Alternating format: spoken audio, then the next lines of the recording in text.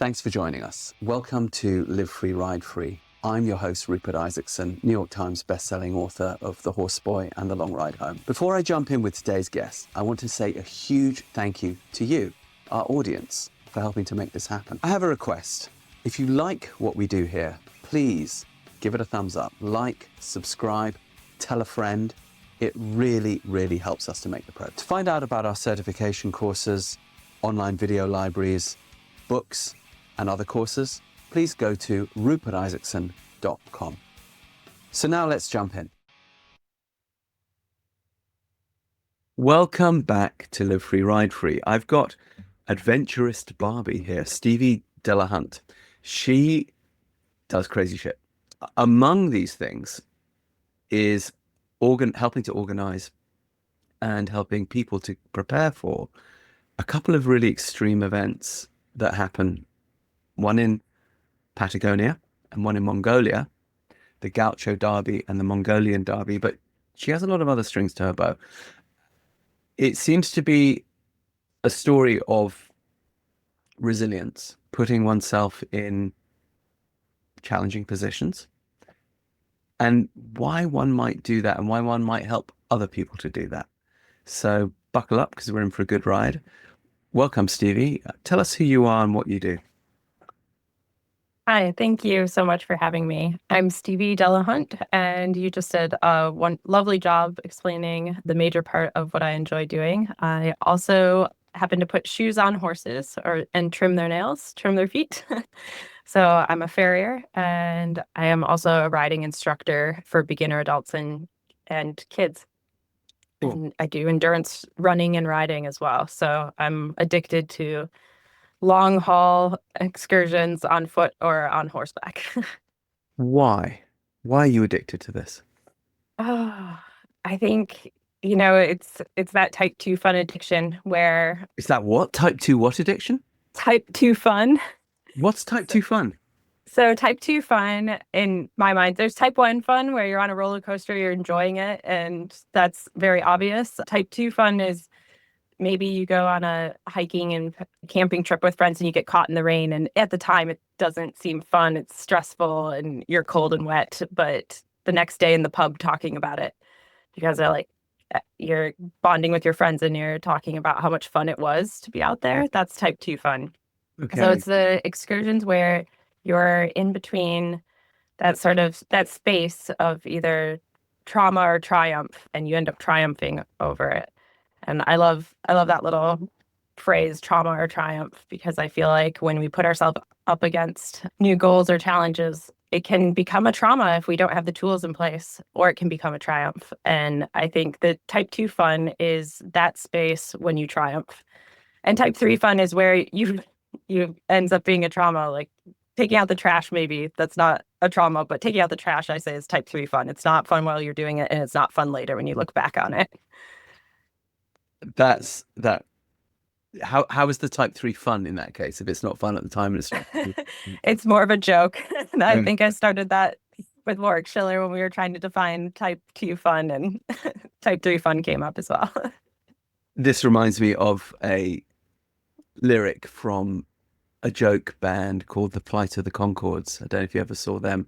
They had a TV show where it's two guys from New Zealand, and they are musicians, and the conceit of the show is that they are New Zealand's 5th most popular band, and they're trying to make it in New York. Of course, they're not making it, and they do all these funny songs. And there's one they call Business Time, which is when he's going to make love to his wife, because it's business time and it's on Wednesdays.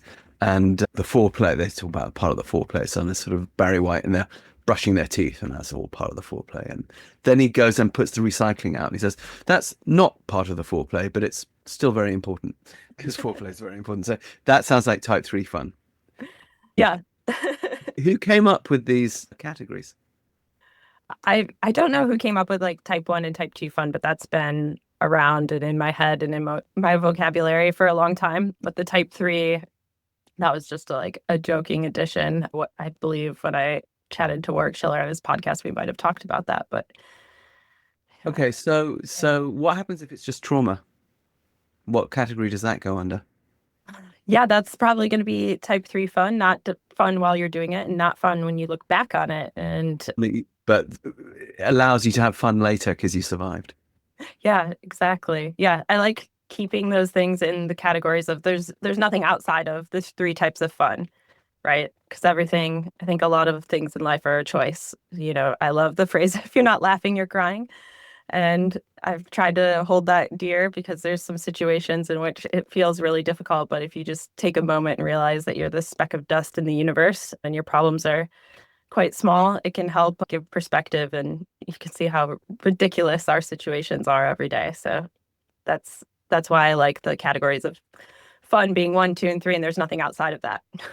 So So, have you always been drawn to testing yourself in this way, or was it a gradual process?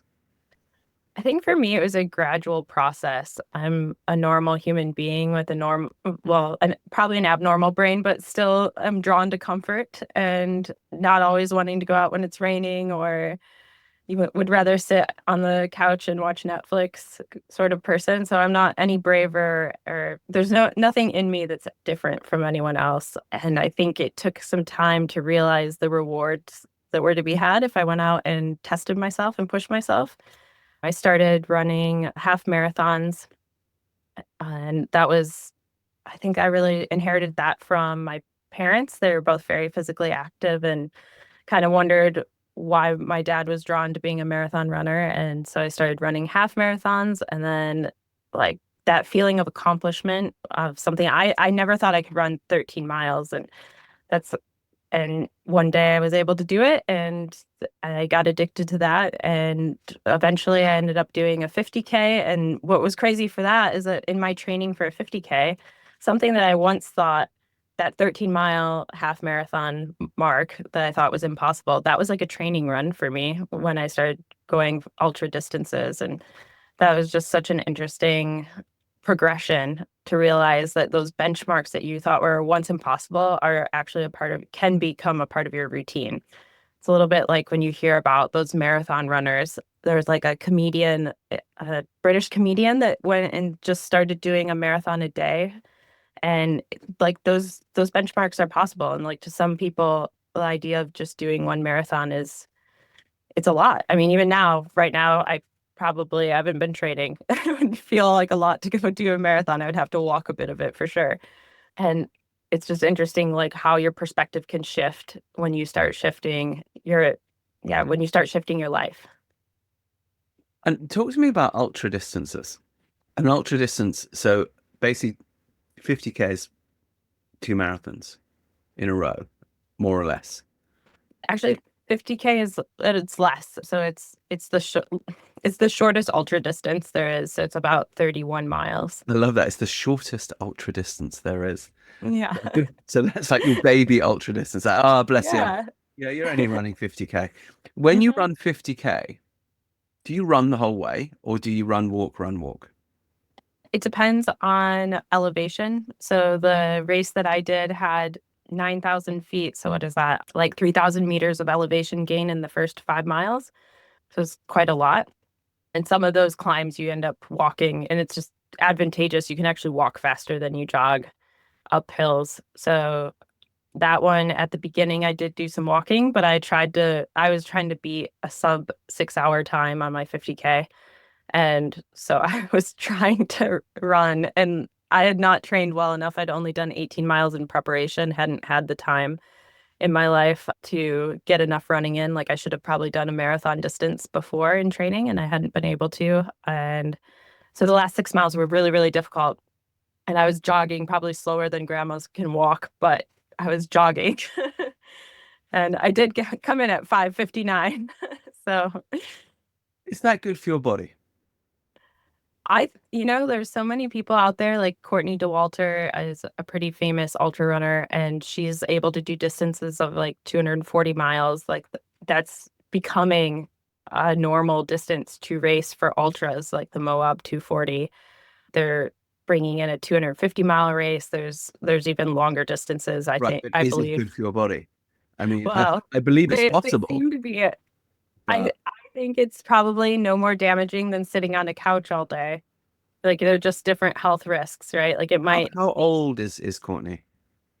I believe she's in her 40s now, possibly. One just can't help but wonder. I mean, I do absolutely accept that there are certain body types and personality types that might suit, but I'm skeptical, but help me with this, that setting up those things as goals for your average human being might not invite people into potential injury that they maybe don't need to. Or am I looking at it wrongly? It's an interesting topic to bring up because I do endurance horse racing, so ultra running for horses. And it's a subject I think a lot about as like the breakdown and the wear and tear on their bodies, the breakdown and wear and tear on mine. But I look back to thinking about how I would think about doing a half marathon. When I first started, I thought that was impossible. And from the perspective of a person who had never run any distance, I would look out and be like, that can't be possible. You can't be healthy running marathons all the time, say. And same with there's a lot of horse people that might look and say you can't ride a horse 100 miles in 24 hours. Well, yes, that's true. And that seems like a very valid perspective when you have a horse that lives in a stall all day, doesn't exercise very much, and is just going out for an hour in the arena and is sweaty and out of breath after doing an hour in the arena. So as my perspective has shifted, like once I started completing half marathons, it became normal. Became my everyday. It felt normal to just go run 5 miles. No big deal. Doesn't feel like wear and tear because I have the tools in my body, the muscles built up over time to support that. It'd be like if we had to run 3 miles every day to get water. Like, maybe you'd have to travel to get water back in the day. You wouldn't be running maybe, but I'm just saying it's our bodies are very adaptable over time. I absolutely agree. And but the reason I'm harping on this, I think, sort of early in the podcast, is I think what gets tricky is we live in a society where expectations are set for us through culture, social media, and so on. Let's say, for example, we're talking about horses doing, an endurance race. There are definitely types of horse that are selectively bred partly by nature and partly by man for that. So it's no surprise, for example, that your average endurance horse is an Arabian or something close to it, because and it's no surprise that the fastest runners in the world come out of the Horn of Africa and are of a certain genetic type, and these horses are of a certain genetic type. I don't think I'm of that genetic type. So I think that for me to run that distance, much as loved running before I smashed up my legs over cross country fences, now it's too painful because I've got metal rods in my legs. But when I did run a lot, I enjoyed it. I loved it. I definitely hit the spiritual side of it. But I never thought deep down that I was a marathon runner. And I remember having people kind of peer pressure me to it. I'm like, dude, I don't think that's me. That might be that person over there who's got a very different body type to me. Totally support them doing it. Me with my knees, my ankles, I could see wear and tear, and so in fact, I can feel it happening. So I'm going to stay sort of where I am, but I maybe will push myself and find my extremes in other ways. What I worry about with things like a ultra distance or that sort of thing being, and people sort of see that and go, I want to do that and I'm going to make that my goal. And they might or might not be physically, let alone emotionally, but probably more physically, that type. Then if they injure themselves or fail, is that, you know, or can we look at it in a more measured way and saying for a certain type of physical type, this ultra distance actually might be a thing, but it's going to be a small minority of people and that's all right. Do you know what I'm saying? Yeah.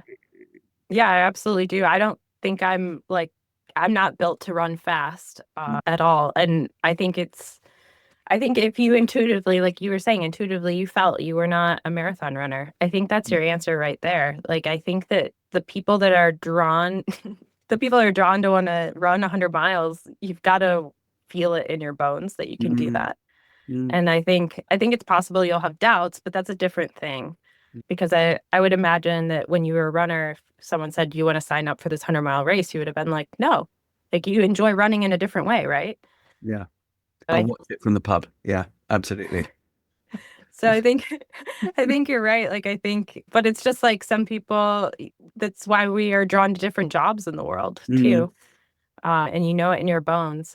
And I think a distance, anything over 50K really for running, you're not really going to attempt to do it unless you feel it, like you feel drawn to do that.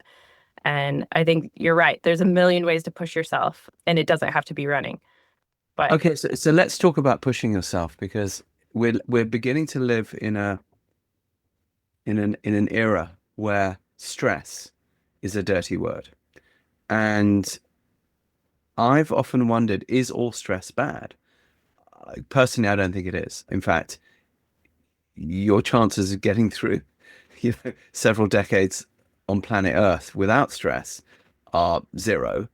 And yeah, so if stress was by its very nature negative, then life would by its very nature be negative because life involves stress. I believe in resilience. And like you say, your type 2 fun, where you come through a testing situation, you're full of endorphins, you're glad you did it, you're stronger, you're also a bit relieved that it's over. And you absolutely want to have, feet up on the couch for a while before the next one. But if you go back to our hunter-gatherer roots, this is demanded of us all the time. And not, of course, not just physical endeavor, but mental and emotional. So I think I'm with you that we need to be pushed or we die of boredom. And boredom and loneliness, which I think go hand in hand, I feel that they're sort of siblings, really, or cousins, seems to be the ill of our age, or one of them, at least within Western society. Did you get drawn to push yourself and then to help others push themselves if they want to because of a reaction to boredom or because of a instinctive feeling that you needed to be tested or somewhere in between them both?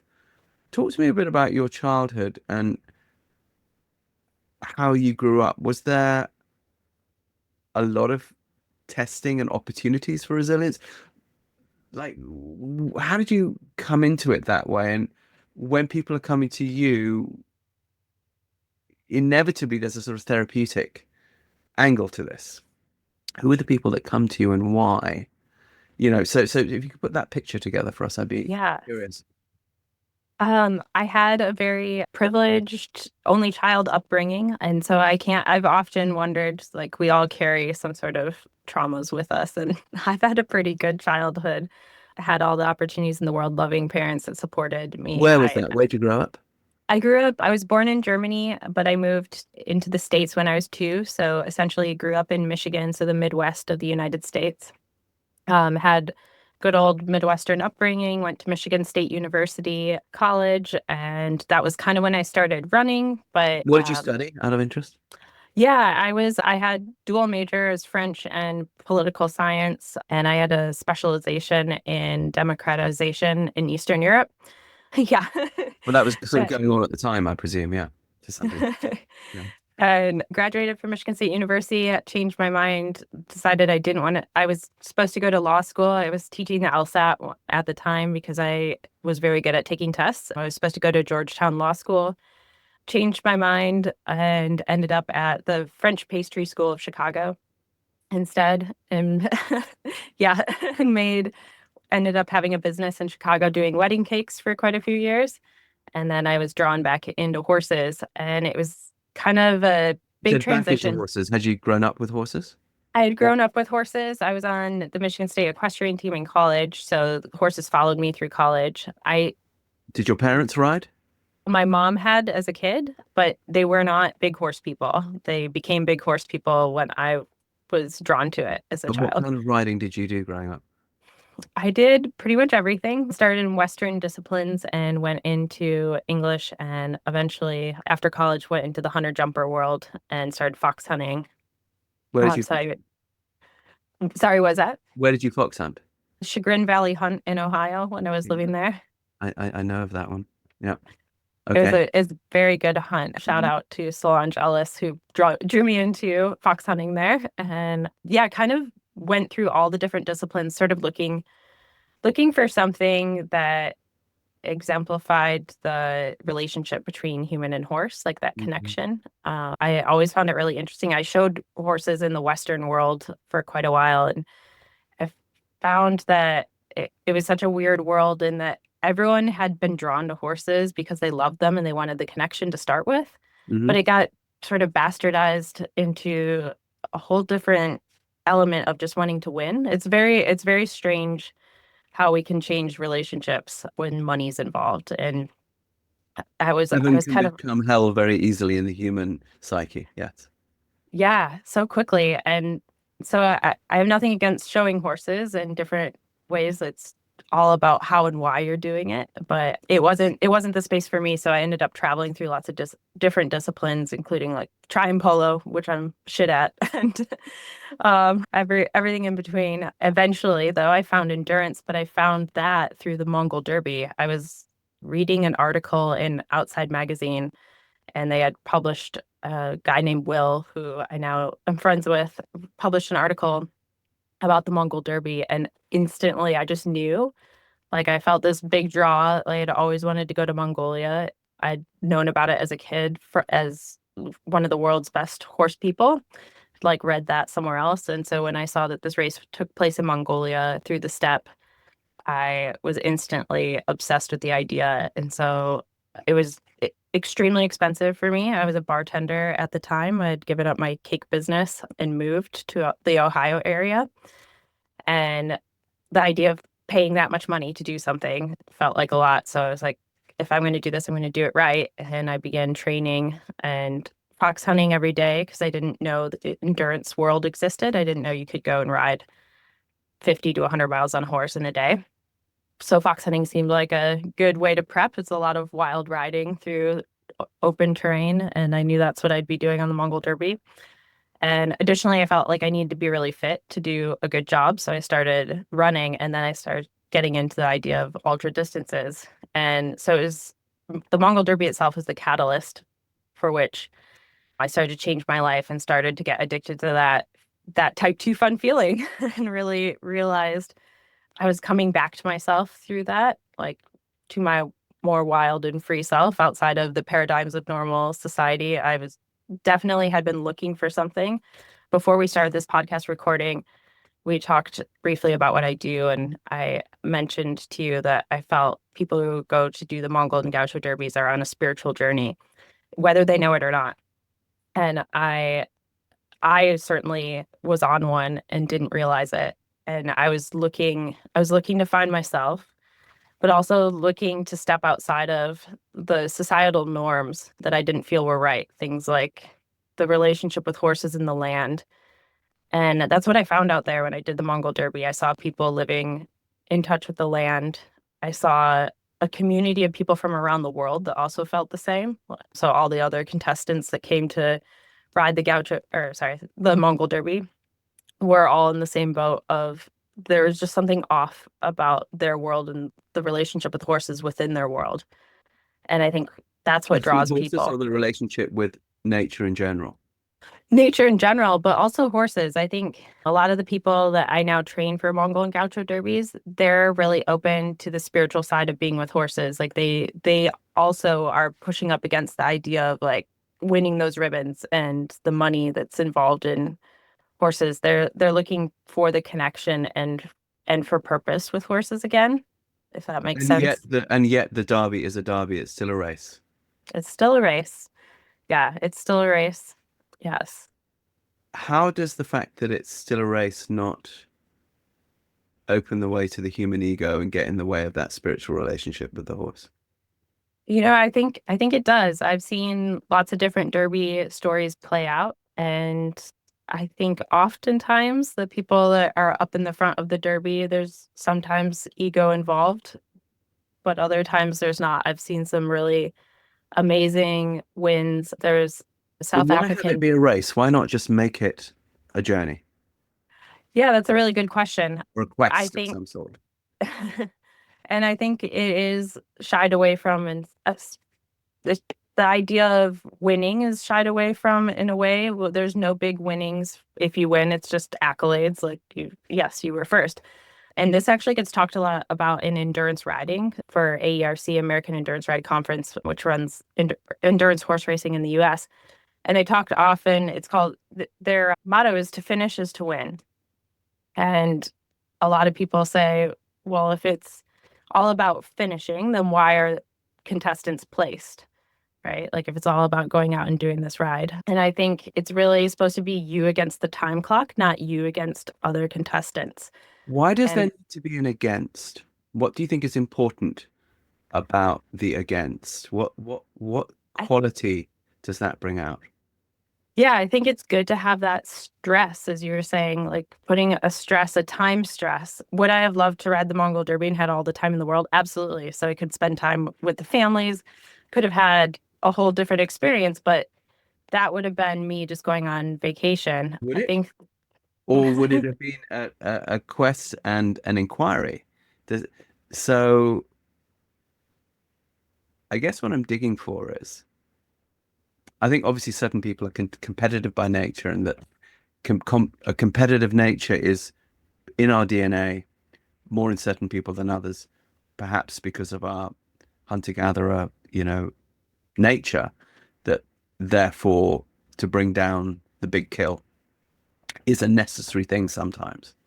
And Mhm. to have or to jackpot the big, you know, find of natural plants or whatever, it that desire to get the big dopamine boom is in us for, good reasons that nature has put in there, like anything. But, when you say something like, well, if I just done that ride with all the time in the world, I would have been on vacation. I think, no, no, no, not at all, not necessarily. But in your mind, yes. Why? Yeah, it's a good question. And actually, I'll circle around to that. But I was thinking about how my competitive nature has changed over time. And I would say when I went and did the Mongol Derby, I originally felt that I wanted to try to win it. And as I started training for it, I realized I How long just wanted ago to was that? survive it. Was that? How long ago was that? That was 2014, so that was like 11 years ago. So you've been doing these things for about 11 years out there in Mongolia. Yeah. Okay. So, yep. And when I went out there, I thought I wanted to win it. And then as I started training, that was like, this was part of my spiritual journey. I did start asking myself, like, why do I want to win things? Why do I have to go about them in a way like to be the best? And I realized it's part of this quest of like external validation that a lot of us go through. I think there's a lot of competition is driven by if I just win this, then my dad will approve of me. Or if I just Self-esteem win, is right up that hill. Yeah. Yeah. yeah, exactly. So I started to realize that I was looking to be enough in things outside of me. And of course, if you place value in things outside of you, they can always be taken away. And I kind of started to realize that in my training for the Derby. And then I was like, I just really want to complete this, like have this experience. So it changed from I want to win this to I want to have this experience and to see what I'm made of and push myself. And it kind of began to shift the goal from outside of myself, like winning, to who am I going to be through this experience? And that became an internal quest. And when your goals are internal rather than on an external validation, it's something that can't be taken away, if that makes sense. I don't know if I'm doing that justice, but I started to notice that shift in finding myself as enough, no matter what the outcome was. And there's something I tell a lot of riders that come to compete.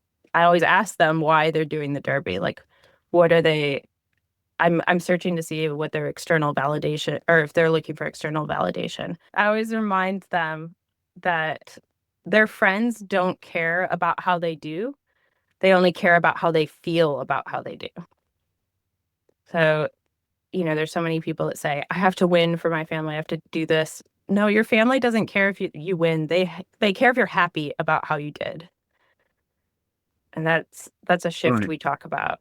There were two things which I want to circle back to this. There's two things I'd like to ask about. Why cakes? And talk to me about boredom. Okay. So why cakes first? Cakes. I really enjoy baking and I love the chemistry of baking. It's just a very strict science project every time you bake. And that was probably like my least favorite part of it was the baking itself. I love the cake decorating. And I think it's that people pleasing element of I love creating something for other people and seeing the joy when they consume or get to look at such Right, but beautiful art. there are many things that you could do that are not a cake that are why cakes? I don't know. I Mm. guess it just really ended up, I think it was one of those things where I was always good at baking. And so I always got that validation for baking. And you just start to associate, just like if you start drawing and everyone tells you you're a good drawer, you pursue that. So strict rules, easily perceived clear structures, external validation. These drove you for a while. They Right. did, yeah. Yeah. I think honestly, I mean, they drive all of us. So it's one comes by these things honestly. And it's interesting that one might find it through cakes and riding horses across Mongolia.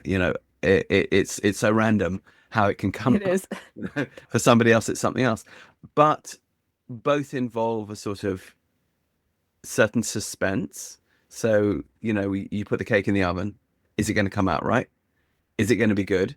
Is it going to fulfill expectations? I mean, even when I was baking bread at home, one always has that kind of, I hope it's the same feeling that I think potters have when they put the thing in the kiln and they know it can implode and we might have to start again or it might be amazing. And then if it causes joy, I think there's something celebratory around cakes, isn't there? That it's sort of a big dopamine hit. It's like a big win. It's like everybody loves a cake. And if you show up with a Well, good cake, it's like you're the hero. well, let me tell you, transporting wedding cakes and making sure that you don't drop that thing right before the wedding, because that is true, real Oh, stress. so what you've got to create is the wedding cake race across Mongolia, where you've There you got to go. transport a wedding cake on your horse through challenging terrain over 2 weeks and arrive with your cake not only intact but better than it was somehow. Or The I would rather run 240 miles because there's no way that that cake race wouldn't incite trauma. Like that would be type 3 fun for me. through the There's Amazon, no triumph in through the that for Amazon with me. your cake. Okay, so talk to me also about boredom. I am a great believer that most of the ills that beset us with mental health, myself included, are largely brought about by boredom. And what I mean by that is genetically, we are supposed to be in more or less constant movement out in nature with a series of skills that make the finding of food sufficiently efficient that we also have time for culture. There's quality of life in the hunter-gatherer context. But at the same time, if we're not constantly engaged in series of tasks that are basically problems to fix, tracking, hunting, identifying wild plants, gathering them, medicinal, let alone before we go into the spiritual realm, these are all problems to constantly solve. And when you're out hunting, other things are hunting you. You got to dodge them, and the weather changes, and now everything has to shift again. And when you're gathering wild foods, things are hunting you, and you've got to be aware of that. And you're also maybe trapping a little bit and looking for what are those tracks over there and what are those tracks over there that you might then go and report back to the hunters. Oh, and then you've got to climb into the tree to shake down the nuts, and it's very physical, but there's also poisonous snakes in that tree, and so on and so on and so on. And we're not supposed to freak out about this because we're supposed to understand our environment and deal with its dangers in a way that's competent. So only very occasionally is there something like, oh shit. Most of the time it's handleable, but we're still supposed to be tested in that way. And if we're not, and we're not doing it in nature, our organism is not happy. And does that manifest as boredom? And so if one grows up in suburban London or suburban Michigan, do we suffer from chronic boredom? And almost the more comfortable the family culture, the more of a danger for this there is. And Absolutely. is that something that, are you actually a sort of a purveyor of the cure for boredom in a way? Yeah, I definitely would say I boredom doesn't sit well with me, and I can't remember a time in which I was bored, which is probably because I would rather go I can be running. very boring. I can rise to that challenge. Yeah. I'm not bored yet at all. No, I think evading boredom, like you said, our minds are a busy creature and they want us to keep moving, or our mind wants us to keep moving. And yeah, that's where so much creativity comes out of boredom, like to evade boredom. So I will take time away from screens, away from stimulus when I want to create something like writing. Like if I just sit for a little bit, almost immediately writing things that I want to write come up for me. And so they say boredom's a good thing, but I don't agree with Well, that. I it's think a good thing if it doesn't last very long. Yes. exactly. That's And what one, I was and gonna one say. finds something to do. Yeah. Yes. And that's exactly it. Like immediately I'm always finding something to evade boredom. And Okay. What is there a relationship, do you think, between boredom and loneliness? And if so, what is it? maybe I would say the relationship between boredom and loneliness is if you really are bored, if you really are sitting there and nothing comes to you, like you can't find a way to entertain yourself, I think you've lost a sense of wonder about the world. And I think that's often why I'm not bored, is that I am so amazed all the time by the little things. Like flowers blow my mind. Like just like the beauty in the world is always there if you're looking for it.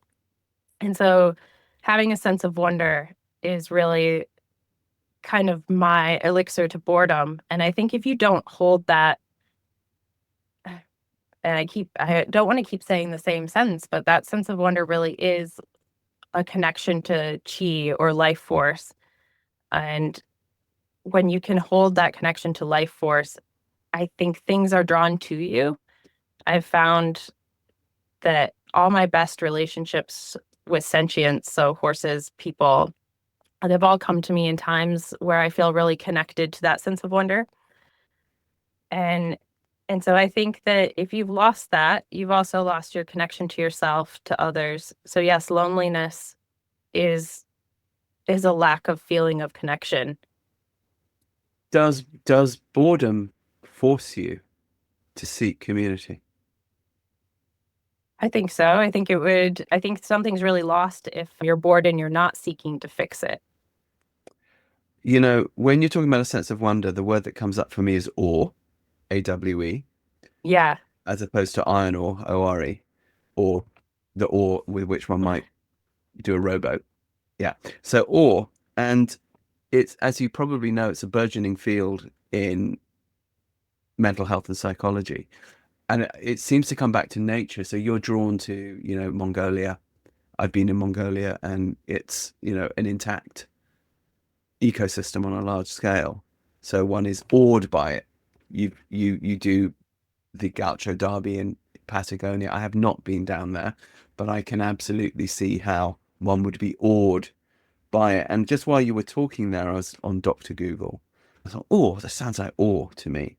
And so in neuropsychology, the diminished focus on the self, or being in the presence of big nature, the things that are bigger than you in this way, increased pro-social relationality. See, the idea is it brings you together.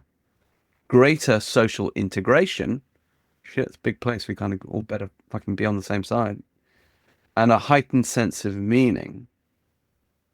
And then immediately underneath that comes 5 additional appraisals account for variation in the hedonic tone of all experiences. Hedonic, that must be sensory, right? Sensory emotional. Threat, so there's that thing of stress again. Beauty, exceptional ability. Can I get up that hill? Cross that river? Virtue, that's interesting. Not virtue in the am I a good person or a bad person, but the virtue of being able to get out there and deal with it, I guess. And this is interesting. And the supernatural. How interesting. And then I looked at how does it or affect your health? It says elevated vagal tone. So that's basically oxytocin, right? As you create oxytocin in your gut, which you absolutely would do, say riding the horse across there with all that hip rocking, all your organs that your vagus nerve would touch would produce oxytocin together. So then it would hit your brain in a sort of joy-nami.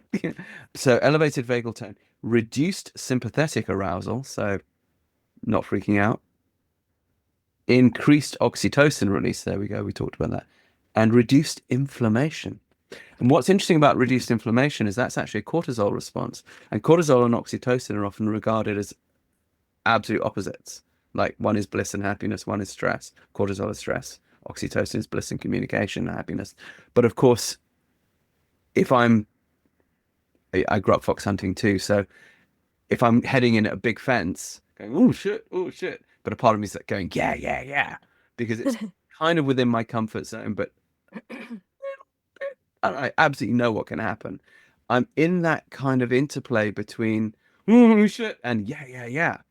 If the fence is too big, then I'm like definitely in oh shit, and maybe I shouldn't be doing it. And if it's too small, I haven't got enough yeah. And there seems to be a need in the human to be able to sort of run at that buffalo and chuck a spear and know that it might turn There's a, around and have a go at you.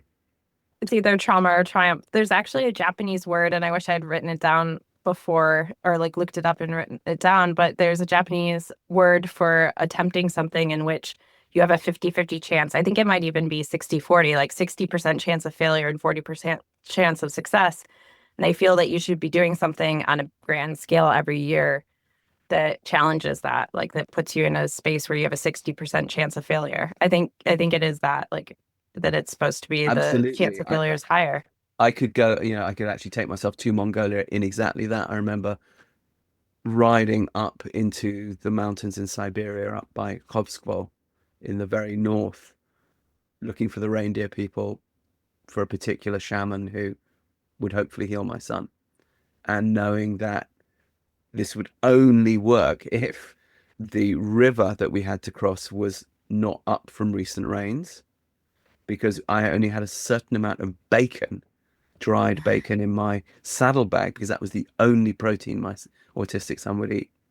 And I had a certain number of days packed, but I knew if I fell out of that and if I lost several days at the river, okay, that would be it. Then, assuming we got across that river, then let's say we got up into the mountains where they are. Well, we had to hope that they were in the camps that we were hoping they would be in, because they might have been a couple of days further in. And then if that were to happen and they were in the camps that they were in, then we had to hope that the shaman would actually think, well, this is something I can handle, because I'd been in situations, for example, in the Kalahari with the sun, with the Bushmen there, where with healers where they had sometimes said, actually, no, sorry, this is something I can't handle, or I can't handle it by myself. I need to get a co-healer to come help me, and that co-healer lives 2 days away. So let's say the river had come up and they'd not been at the camp, and then the healer had said that would have been a whole other week and I wouldn't have been able to make it. And I remember that feeling of,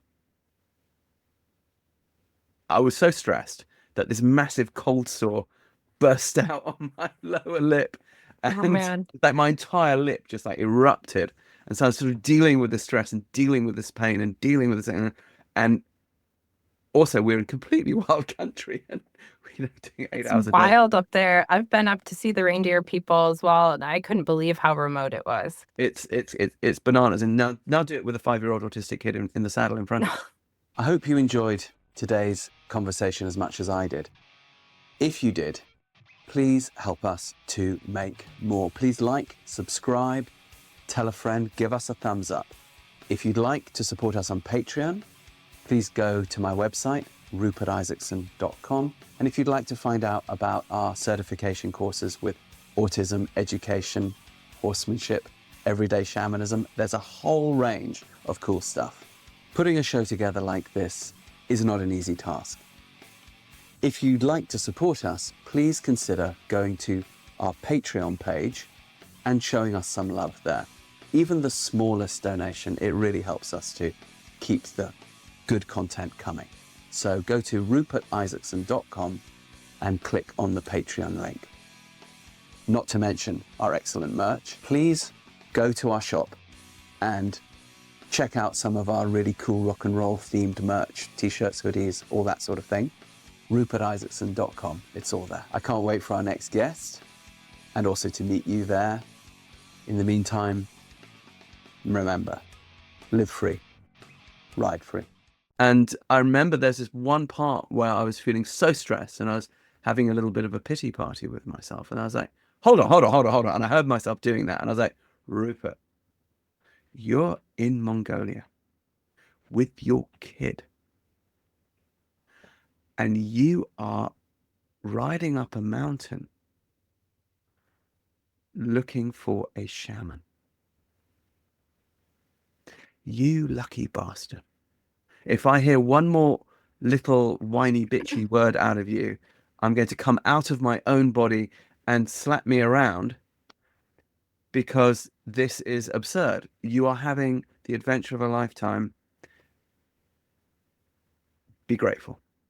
And I think what was so interesting for me in that situation was it was one of the first within autism where I really got gratitude.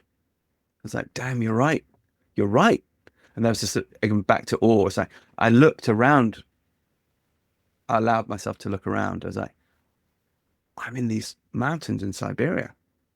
This is incredible. And I'm body to body, heart to heart with my child. And in the event, it did actually work out.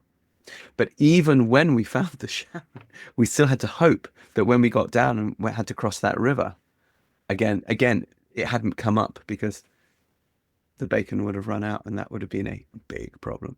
Lack of protein, but fortunately it didn't. Go ahead, sorry, and then I'm going to ask my next.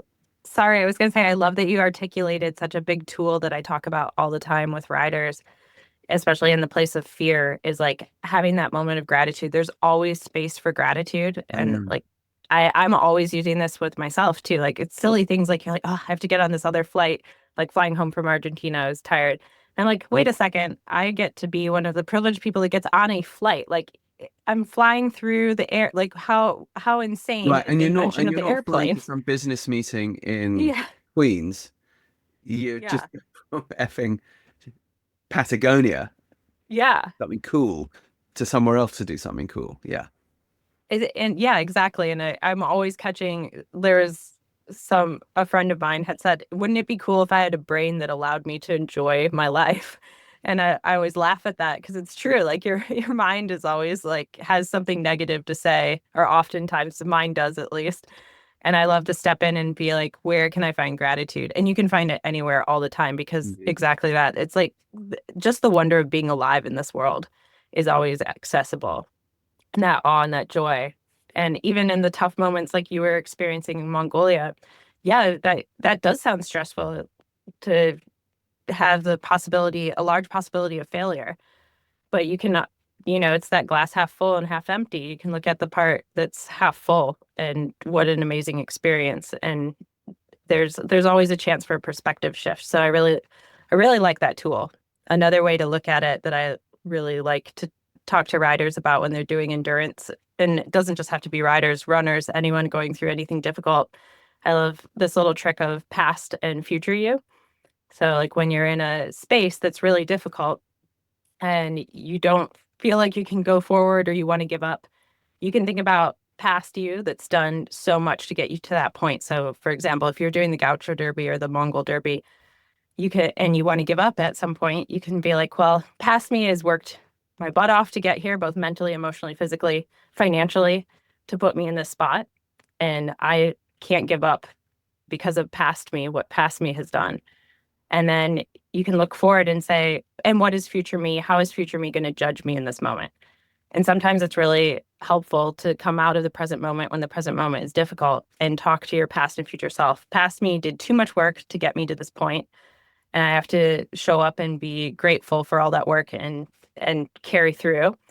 And future me is going to judge me if I give up right now. So those are some tools I use that are in conjunction with what you're saying, is finding that awe and that wonder in the moment. I might tell my future me to F off. Right? It's a little hard And sometimes. go F in the effing FF. You're not dealing with this right now. Yeah. It's like, yeah. Hindsight's 2020, right? Yeah, 2020 is the charm or whatever's that. Okay. And this feeling of gratitude, I feel often comes from mentorship. Who mentors you? Who's the Mongolian horseman or woman who has mentored you? And you talk about the spiritual side of the horse. Talk to me about the practice of spiritual horsemanship in Mongolia, or let's talk about it, because I feel that there's clues there. That thing we were just reading about, or giving you a gateway to the supernatural. This takes mentorship. This takes somebody showing the way. You come in as an American girl, versed in horsemanship, great, and you can run ultra marathons, fantastic, or ultra distances, or both, or maybe all, maybe at the same time with a cake. And then you arrive somewhere like Mongolia, and they're like, well, you've come all this way to do this thing, but this is where we live. This is us. I remember when I was in Mongolia, there's a running joke, which was the Mongolians would say, we know that you guys in the West, whenever you talk about somewhere being on the arse end of nowhere, you say it's like in Outer Mongolia. It's like, but Outer Mongolia for us, it's like where we live. It's like where you guys live, that's Outer Mongolia to us. And I was like, absolutely, you're right. You're right. So yeah, talk to me a little bit about that. Is there a mentor is there a mentor out there in Mongolia who picks you up or has picked you up and has kind of shown you the way? So I would say I probably, out of the two races that I'm involved with Mongol Derby and Gaucho Derby, I'm actually more connected to the race in Patagonia in Argentina. So there's more of a relationship there. But in both places, Mongolia and Argentina, and at home, my spiritual guides and mentors have actually been the animals. And for me, I would say the most spiritual experience I had in Mongolia was recently doing a trip up to the reindeer people, the Tsetsin tribe, through my friend Eric Cooper, who's had like a long-standing relationship with the same families. Going up there, I expected to actually connect with the family, and they were wonderful and lovely, but I had a crazy experience with the reindeer I rode. I've found my way into like connecting with animals and speaking with them is the same as humans. If you take a moment of awe and gratitude for an animal before you connect with it or ask them to carry you, in this case. So I was riding this reindeer. I was truly blown away by his antlers, and I could tell that he was very proud of them and had a moment of gratitude for how he looked and presented himself. And we just instantly connected. And my connection to him was really, really interesting because I was kind of asking his name, and he could not give me a name because he could not see himself outside of the herd of reindeer, which was a really beautiful and amazing experience because then I saw him through the lens of everyone that was living in that area. Like the people do not feel that they're separate from the land. And there's like such such less ego identity up there when this like symbiotic living creature that is all the creatures together, like including the moss and the lichen that the reindeer is eating. And I really kind of felt this, and I've had my own herd tell me this at home.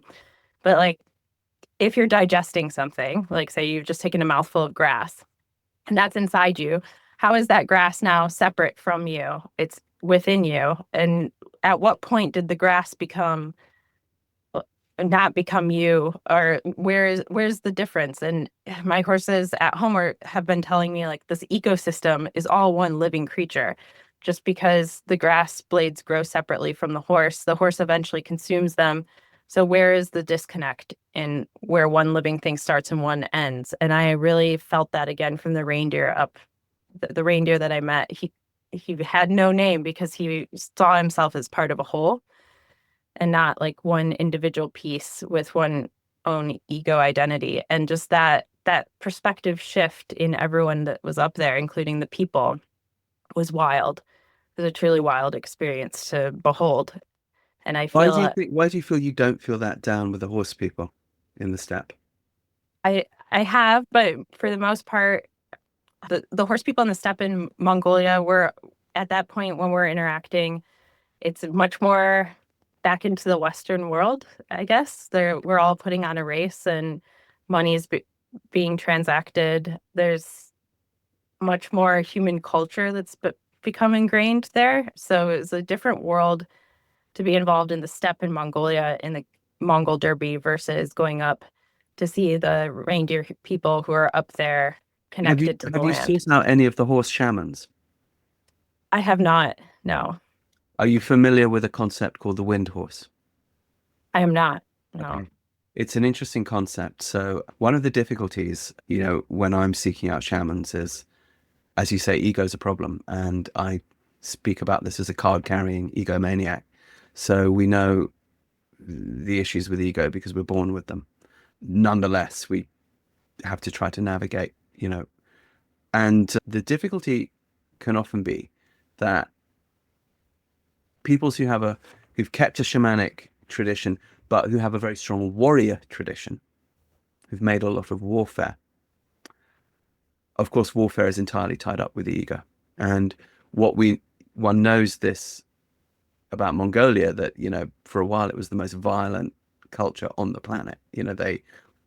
Every 2 generations, they would explode out of Mongolia and kill everybody, from the Pacific to the Mediterranean, and then sort of run out of energy and, regroup back in Mongolia until the next time.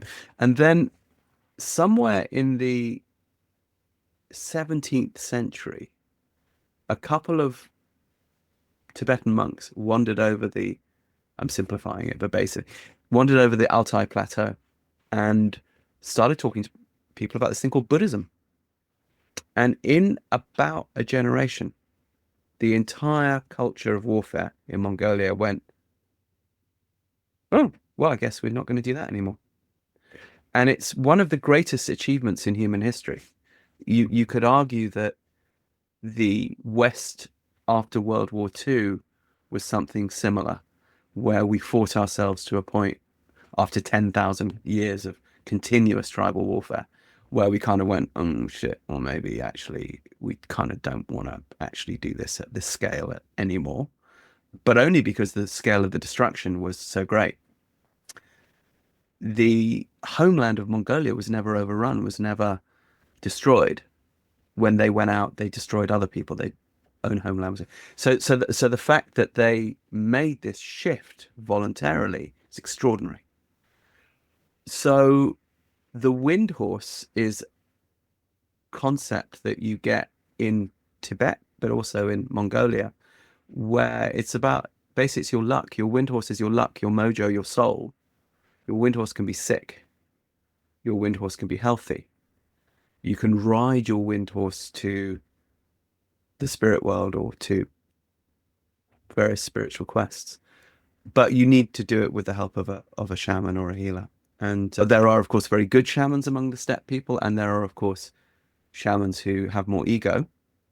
And as you pointed out, you don't find so much of that up with the reindeer people, because guess what? They're not warriors.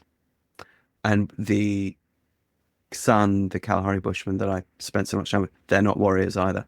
So their tradition's very pure. But still among the horse people, I would posit that you're there to do this spiritual journey. And there's a spiritual tradition there. And as you said, the Derby perhaps less so because money's changing hands and it's a business. When you said if I'd just gone there not for the race, it would have been tourism, that's where I was like, no, no. What's what little thing is preventing you, do you think, from seeking out those human mentors? You say, oh, I go straight to the animals. And a little bit of me cries BS on that. It's like, yeah, but that's an easy road because humans are more challenging. And you are a human, and that is our species, and that is our. And when these people are showing up, they're needing that help from you. Why not reach out to and seek the help of that spiritual tradition that's right there in Mongolia? Or do you think that that's something that's awaiting you, or where, yeah, give me your thoughts on that.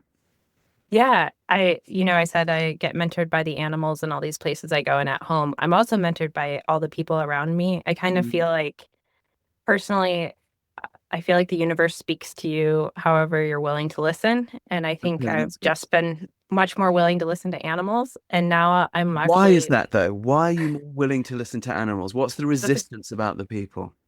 that's a good question. And I'd say it's actually shifting in me now. I was going to say the other people that I really learn a lot from are kids. So the kids that I teach, I am blown away by the wisdom there because they are not yet indoctrinated by paradigms that have been pushed on them, and they just come up with the most pure, like, organic thoughts that really blow my mind and remind me of who I am. And with that shift going from animals to kids, I'm now like a lot more trusting of adults. And I think I just had growing up, I just started to learn that adults didn't always know what was going on. Well, we And never I know what's going on. I mean, Yeah, after all, none of us do. I so don't many either. adults that know, I but tell I the don't kids know what's that all going the on. time. Yeah. I'm like, just because I'm older than you doesn't mean I know anything more. So I think that I have shied away from other adult human beings for quite some time because I started to realize that as at a young age that humans couldn't be trusted. Or is it this, that they can be trusted to be human? Yes, they can be trusted to be human. That's a good point. And when you're a kid, right, and you're dealing with playground politics, you're having exactly the same experience, aren't you? Like you can't trust the other kids, or you That's can true, yeah. trust them. You can trust them to be themselves, Acts like humans. Yeah. and that this seems to magnify as they get older, but as we get older, but yeah. And then of course one can say, okay, well, I don't feel threatened by a child, so therefore so it's about is it about threat and the need to deal with threat, and so one can throw oneself into extreme physical endeavor, type 2 fun, all of these things. But no, I'm not going to seek out that Mongolian shaman, even though I'm in Mongolia. I'm not going to go for this sort of adult thing because I don't trust him, because I think I might get hurt. And you're right, you probably will. But maybe isn't that type 2 as well? Do you not need to It be? is. You know, So So that's a really good question. Yeah, I would actually, I'm hoping to seek out a Mongolian shaman. I just haven't found the right connection to that or a right invitation. And probably my third mentor, as I was saying, like the universe speaks to you in whatever modality is presented. I actually really, I don't know if enjoy is the right word, but I feel drawn to plant medicines. So that's often how I speak and connect with the horses. So I do heroes doses of mushrooms. I've done that for a while now, and that's another way what's that the I have hero's dose? heroes dose. I think that's like technically I don't know what the technicality is, but for me, like 4 or 5 grams is more than enough. So it's a What's a large non-hero quantity. dose? What's like a micro dose? I'm not sure of the grams, but it's a microdose would be just where you have a slightly elevated mood. So like maybe one psilocybin mushroom in and of itself. And to quantify this for people not familiar with it, then it would be, I don't know, like 7 or 8 mushrooms taking Okay. that many. And why is it a hero's dose? Why is one a hero if one does that? I think it's an allusion to Odysseus and the hero's journey, which is like all of our stories, Right. right? You have to go out in the world and come back to yourself. Right. And And be that's tested and get freaked out. Yeah, yeah, Scared. and that's I would say those large quantities, you're definitely gonna it's holding up a mirror to your soul a little bit, and you have to travel through that to get to the great stuff on the other So, side. so talk, who introduced you to psilocybin? It was a random connection and an accident at a party when I first met my husband, and we had both talked about wanting to try that because we had heard about the spiritual quality of it Mhm. and the realization that maybe there's more outside of the world and dimension that we're in. And we were both curious about it. And our first experience was a really beautiful one that we had together. And that just blew my mind. I could Was literally that see my curated by thoughts. anybody, or did you just buy mushrooms and sit together and do them? Yeah, we just bought mushrooms, sat together, and did them without any guidance or intention. And Had no and idea. what happened? We ended up giggling for a very long time sitting on the beach because we could see the awe and wonder and everything and saw like lots of beautiful geometrics. Again, I've never had the experience of hallucinating really beyond what's actually there. It's just an enhancement of everything that's around you. So we had sat on the beach and connected, and we had connections back to our parents, and just really it's like a journey through your own thoughts and really examining them. It feels like hours and hours of therapy within a minute. And And then you decided to keep going. yeah, after that experience and having enjoying that, I continued doing trips occasionally with the horses, and I've just learned lots of really I've had some When you say very with the horses, you mean taking psilocybin and riding your horses in that state? being in their presence. I have ridden them, but generally I just am around them, and they're very drawn to it. When we have a joke actually, there's these cushions that we used to take out to the pasture because we would lay down and lay out with the horses. Well, we would take psilocybin to connect with them. And we call them the cushions of enlightenment as a joke because the horses are obsessed. They think the cushions have a connection to like how we get into that state. And so they will run up and start chewing on the cushions, pawing them, like they lay down on top of the cushions as well. Like they can tell the shift in our energy, and such a cool experience. But we have a big joke that they think it's the cushions themselves that are causing the shift in our energy. When you are taking the psilocybin among the horses, what's coming through from the horses? I've had lots of different experiences, but the first and biggest and most memorable one was I didn't really know if horses loved the way that we did. And this was probably the most beautiful experience is my mare Sparta, who I'm really connected with. I was just trying to express to her, like the only message I feel like I'm really good at giving to the horses at all times is love and gratitude. And I was sending that to her and sort of like asking, do you love us too? And she turned and looked at me, and I could just feel it. It was a felt sense of her thoughts. It wasn't really in English, but my brain translated to that. And she was just explaining that they have offspring too. Horses have offspring as well. And love is an evolutionary tool. And so, of course, they have the same kind of love that we do. They love their babies. And they love each other. And that's how a herd connects and looks out for each other. And so I just had this realization that they love in the same way that we do. That we're all sentient beings. We're all animals. We have the same quality of love. And that was a very cool realization and connection that I had on one of the trips. I've had horses request different foods, and had really like you question it afterwards, right? Like you it's only natural. You're like, did that really happen? But I've had some like really profound realizations that came from the horses. Like they asked for slippery elm. Like one of my horses has had some gut issues, and I'd never heard of slippery elm before. And it's Very pretty much a common. It's Texas something, thing. We had a lot of it growing around us when I lived in Texas. Yeah.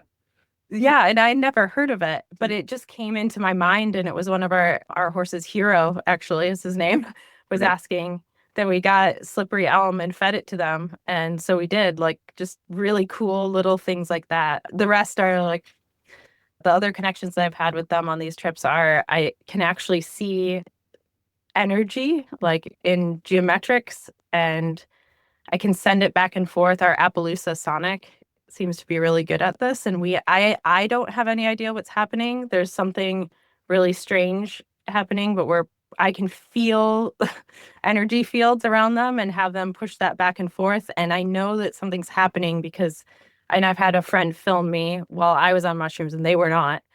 And I would like push it back and the horse would lay down. And like, I mean, just really crazy interactions where you can see it without seeing it. Does that make sense? So just cool things with energy that I'm not sure what's going on, and then having them express like wants and needs to us.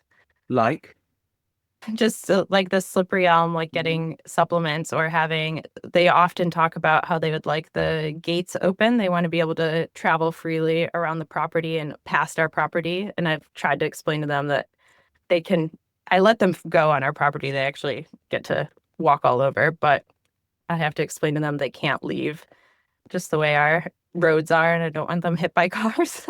what do they say to that? The Appaloosa Sonic is the one that has the biggest issue with being fenced off. And he says that he knows better and that he would come back. He keeps saying, I'd come back every night. I'd come back every night, which drives me back to thinking about Mongolia. And this might be mind blowing for a lot of people in the US that have animals that are always fenced in. And you would have experienced this in Mongolia. It's so cool how these herds live wild. But all the goat herds, all the yaks, all the horses, they come in at night to be around the people. And the horses really do roam with the people over the lands. Like they don't stray that far away, which is like a really cool validation for the connection that humans have with horses.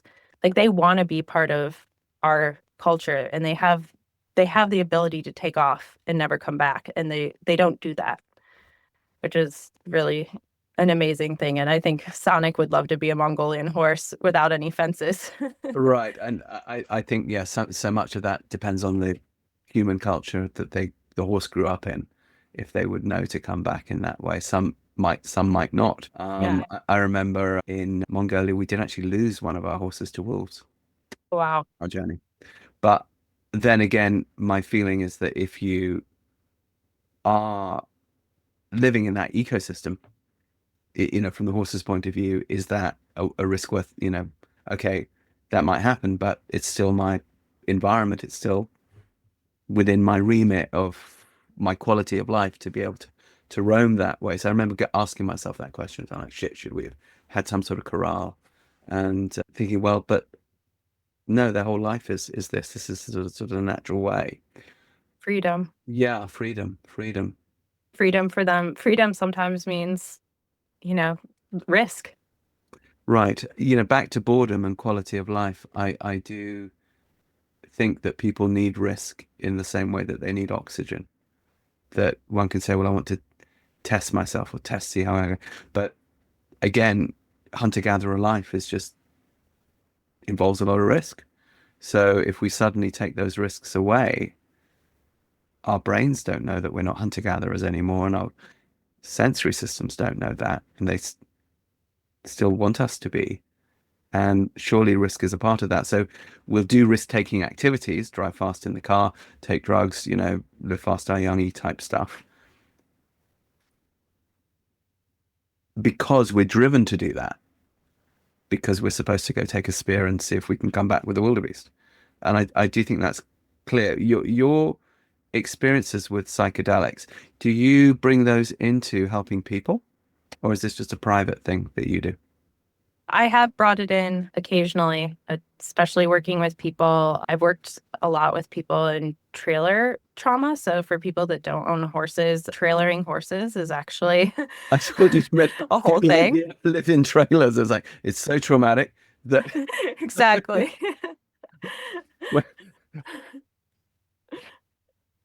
yeah. So sorry. So Yeah. horse trailering, getting horses from point A to point B in the Western world, getting them on a horse trailer or horse float is really stressful for a lot of people, especially I think even more so women who are a little afraid to drive large rigs and afraid that something will happen to their horse. So you get them to drive while they're on mushrooms and it's all fine. Yeah. No, just just the practice of loading a horse on and off. There's a lot of accidents Yeah, sure. and trailer loading. So there's a lot of fear and trauma. And I've done a little work there of having people take low doses to change their mindset and elevate their mood. Because again, as we were saying earlier, I really feel that fear is a vibrational opposite of love and gratitude. And so when you're experiencing fear and you'd rather not be, like in a situation with a horse where you're translating and transmitting that fear and anxiety to the animal, if you step back and can have a moment of gratitude, you can change the situation. Now, we all know it's really easy to say that and almost impossible to do that, especially if you've had a cycle and pattern of having traumatic events happen. Or if there's some time pressure on you or some external circumstance that says you need to get this horse on this trailer now. Yeah. Absolutely, especially in a veterinary emergency or whatnot. So having a low dose situation for the people working with the horse can help rewrite those brain patterns. They say taking psilocybin is a little bit like looking at a ski hill and you can see all the ski tracks that you usually take down the mountain. And if you keep taking the same track down the mountain over and over again, you're making those ruts deeper and deeper. So that's the loop or the neuro pattern that you're following all the time. And taking psilocybin is a little bit like fresh snow, where there's no tracks now on the mountain to follow down, and you can rewrite how you go down the mountain. And in that light, having people have this moment to be able to step back and actually have the ability to choose gratitude over fear in the moment can change their energy. And then when this happens, you can have really successful stories where a horse that would never load before because the owner had so much anxiety in getting them in the trailer suddenly is able to load that horse because they're able to choose gratitude and presence over the stories in their head about what might happen. So that's where I've done some work with people. And are you then using the psilocybin in a sort of like a therapy session away from the horse, or are you actually saying, no, let's take a small dose and load that horse? Yeah, we're doing both. It depends on how deep the trauma is, but generally it's with the horse. Okay. Yeah. I'm thinking about that rewriting of neural pathways.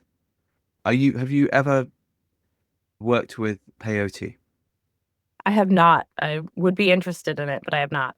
So our mutual friend Warwick Schiller and I found ourselves in a sweat lodge with another mutual friend, Joel, who you also know, Joel Dunlap, with a very good healer, Stephen Forth, who's in the Lakota tradition. And I must actually have on the podcast. And I was going through a pretty major funk. And Stephen, who knew me, said, "Oh, Rupert, you're on the struggle bus." I'm like, yeah, I am. And he said, "I think, honestly, I recommend that you do some medicine." And I said, "That's the last thing I need, Stephen. I'm just barely clinging onto the cliff face by my fingernails here. And you want to give me some psychotropic?" No, the answer is not just no, but bleep no. It's the last thing I need. And he said, "Rupert, how long have you known me?" And I said, "Well, a long time." And he said, "Why are you in here with me?" I said, "Well, because you're a healer and I trust you and stuff." And he goes, "Have I ever, that, medicine, i.e. peyote, is very much a part of what we do, but have I ever suggested to you to do it before?" No. He said, "Well, do you trust me as a professional?" That's a gateway yes. Right. Right? And they said, "Look, Rue, of course I understand exactly where you are. And there's no way I would deliver a dose to you that would do what you fear. However, the medicine is a medicine. And if you can trust me, I was like, okay. So anyway, after some whining and whinging, I did. And what was so interesting, you talk about rewriting the neural pathways. After a certain time had passed and we're in the sweat lodge praying and, singing and as one does and sweating, I began to feel, you're familiar with a PowerPoint presentation, you have that little red laser dot. It felt like I had that little red laser dot going up my leg, on my right leg, where I've got some little bits of tension and pain. And it would just go to the place where there was tension and pain and kind of go, and it would release. And then it would go up to the next one. And it went up like this through my body. And I was like, well, this is interesting. And then it went into my brain. And it went to everywhere I had anxiety as like a physical place. And just went beep, beep, beep, beep, beep, beep, beep, beep, beep, beep, beep, beep. Gone. Did this for a while. And then I thought, well, this is wonderful. However, this is a drug. So it will pass and then I will be back in the same position that I was in before.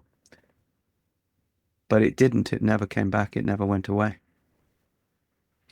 So it is really interesting. I agree with you how psychotropics, psychedelics, whatever one wants to call them, that have been pursued by humans for hundreds of thousands of years for very good reason, seem to be able to radically change our internal as well and our external environment in a way that gives us a perspective that allows us to override neural pathways that are no longer helpful, provided the person who is delivering it to us knows what they're doing, in the same way that one would hope a doctor knows what they're doing if they give us a pharmaceutical.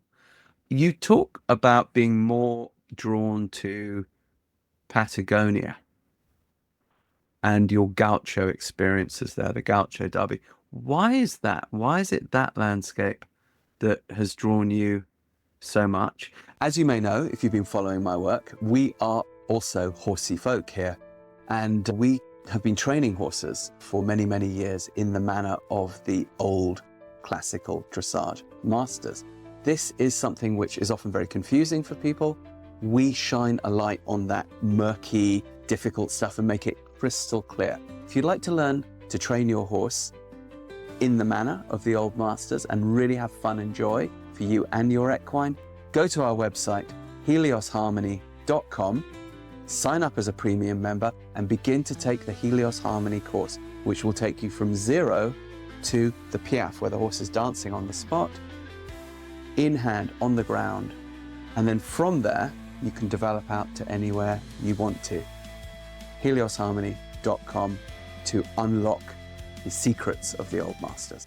And then you also you alluded to the fact that you might actually have some human mentors down there. Talk to us about your experience in Patagonia. Yeah, absolutely. I think, again, it's funny that in our conversation, I've noticed like my avoidance of humans to a degree. Really? Have you noticed that? I haven't noticed that at all. It's funny you mentioned that. So I really, my husband's from South Africa, and there's a saying that actually our mutual friend Warwick Schiller has brought up, that a guest of his had said that in Africa, there's an energy about Africa in every day that you wake up, that everything else is waking up in Africa. For sure. What was that? You feel more alive down there, for sure. Yeah, you're more aware and more in your body, but because you're a little bit living in fear, like it's much more dangerous. And today could be the day that you die. Absolutely. And you wake up with that energy, you feel it, but it's also like a very human energy. Like it feels like where humanity came from. There's just a deeper energy. It is where humanity came from. It feels that way. Exactly. And so that the energy in Africa is almost the opposite of what it is in Patagonia. When you're down there, it feels such earth energy. And I think it's that volcanic and glacial landscape. It feels devoid of humans. And it's just a deep feeling of this might be what the earth would look like without people on it.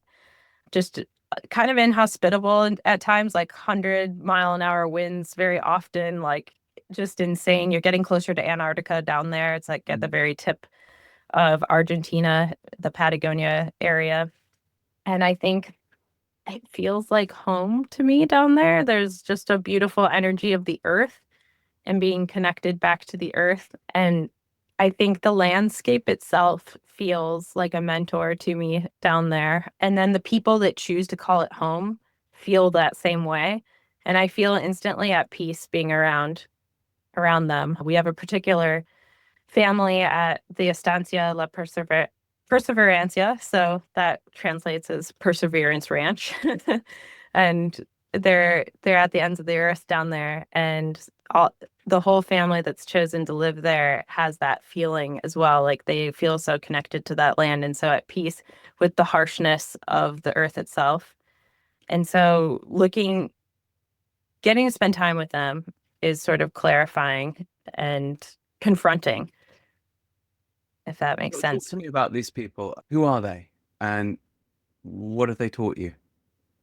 They've kind of, and I actually get this a lot from my husband, who is South African as well. I think who where do I start with this? I guess that they are just made of tougher stuff.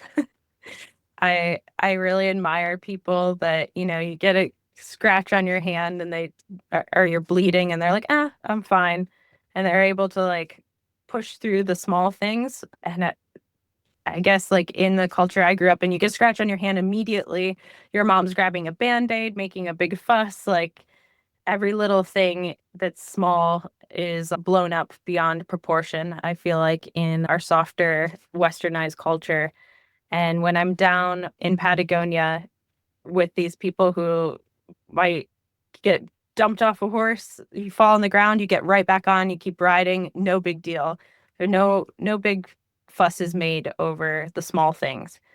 And I feel like my South African husband is also quite like this. And I think I'm drawn to that assuredness and that confidence of existence. I don't know if I'm articulating this very well Yeah, no, today. I agree. The question that comes up in my mind is, you live in the Western States, right? Where do you live again? I live in Oregon now, Yeah, and you so live in the just above desert in Oregon, California. right? The high desert. That's correct. I would presume that there's lots of ranchers around you who you could argue who would live exactly that life that you're talking about in Patagonia. Know that they're living out there. It's a pretty unforgiving landscape. They probably get dumped off their horse and cut quite a lot and get up and what's the difference between the people in the high desert in Oregon and the people down in Patagonia? Or is it just more to be in a new and exotic place? Maybe it is the place itself, but I think that there is a level of toughness. Like even in Oregon, something goes wrong, you can drive 20 minutes and you've got every store and chain that you could think of or a hospital to Hmm. get to. Out Hmm. in Patagonia, I think it's an 8-hour drive to anything Yeah. where we're at. And at minimum, I mean, if you're out on horseback, that's like a day or two. And that's also like an advent of the Mongol Derby as well, or being out in Mongolia. There's truly a separation from society and yourself, which makes you so much that assuredness I'm talking about. You're so much more self-sufficient. You're looking, when we have the opportunity to have someone else take care of things for us, we often, our lazy part of our brain will jump to that. But if you're the Sure, we only like to person, conserve energy. Yeah. Yeah. exactly. Yeah, it's evolutionary. But when you're the only person that you can look to for things, you become that. And I presume though that because when you're doing the derbies, so we say derby if we're English, it's just built that's into us. why. Very hard to say derby. It's like, oh, I try to Well, it say is a it, British company that puts still, them on, so it is the still comes up. Derby. Yeah, the derbies. The it's effectively tourism, admittedly high adventure tourism, but still, if people get in trouble, you got to get them out of there, and if people get hurt, you've got to tend to them. So you must have to put in all kinds of infrastructure that wouldn't normally be there in order to make sure people don't die. So how do you do that? Absolutely. I think before what I was thinking of the phrase which ties into this is radical self-reliance is what you're Hmm. looking for out there. I And like that's actually a principle of Burning Man that I've stolen, but I use it when I'm training everyone in their Gaucho Derby and Mongol Derby. I'm like, you need to be radically self-reliant. And I think that that's the quality that it was sort of in But it. nonetheless, if they fall off and break their leg, you'll go in there, find them, and We'll go and get them. So yeah, we have actually a really cool team of medics that we bring along that are horsemen and medics as well. And yeah, for the Mongol Derby, very easy to extract people. We have road accessibility. I mean, you've been out there, they can drive a Prius over anything in Mongolia, which is pretty yeah, I mean, crazy. you literally just drive it across the steppe. Yeah, yeah, yeah. I, I kind of feel like the Prius, Toyota is missing an opportunity there in some great commercials for the Toyota Prius, because I've seen those things ford rivers and do Yeah, insane, yeah, in Africa, insane stuff. definitely. Yeah, we've lost them up mountains. But okay, but But if someone has an accident, and they are going to have accidents because it's a dangerous thing. Let's say it's down in Patagonia, you're 8 hours drive from something, and someone is in some critical condition. So what's the infrastructure that you put in? I'm intrigued.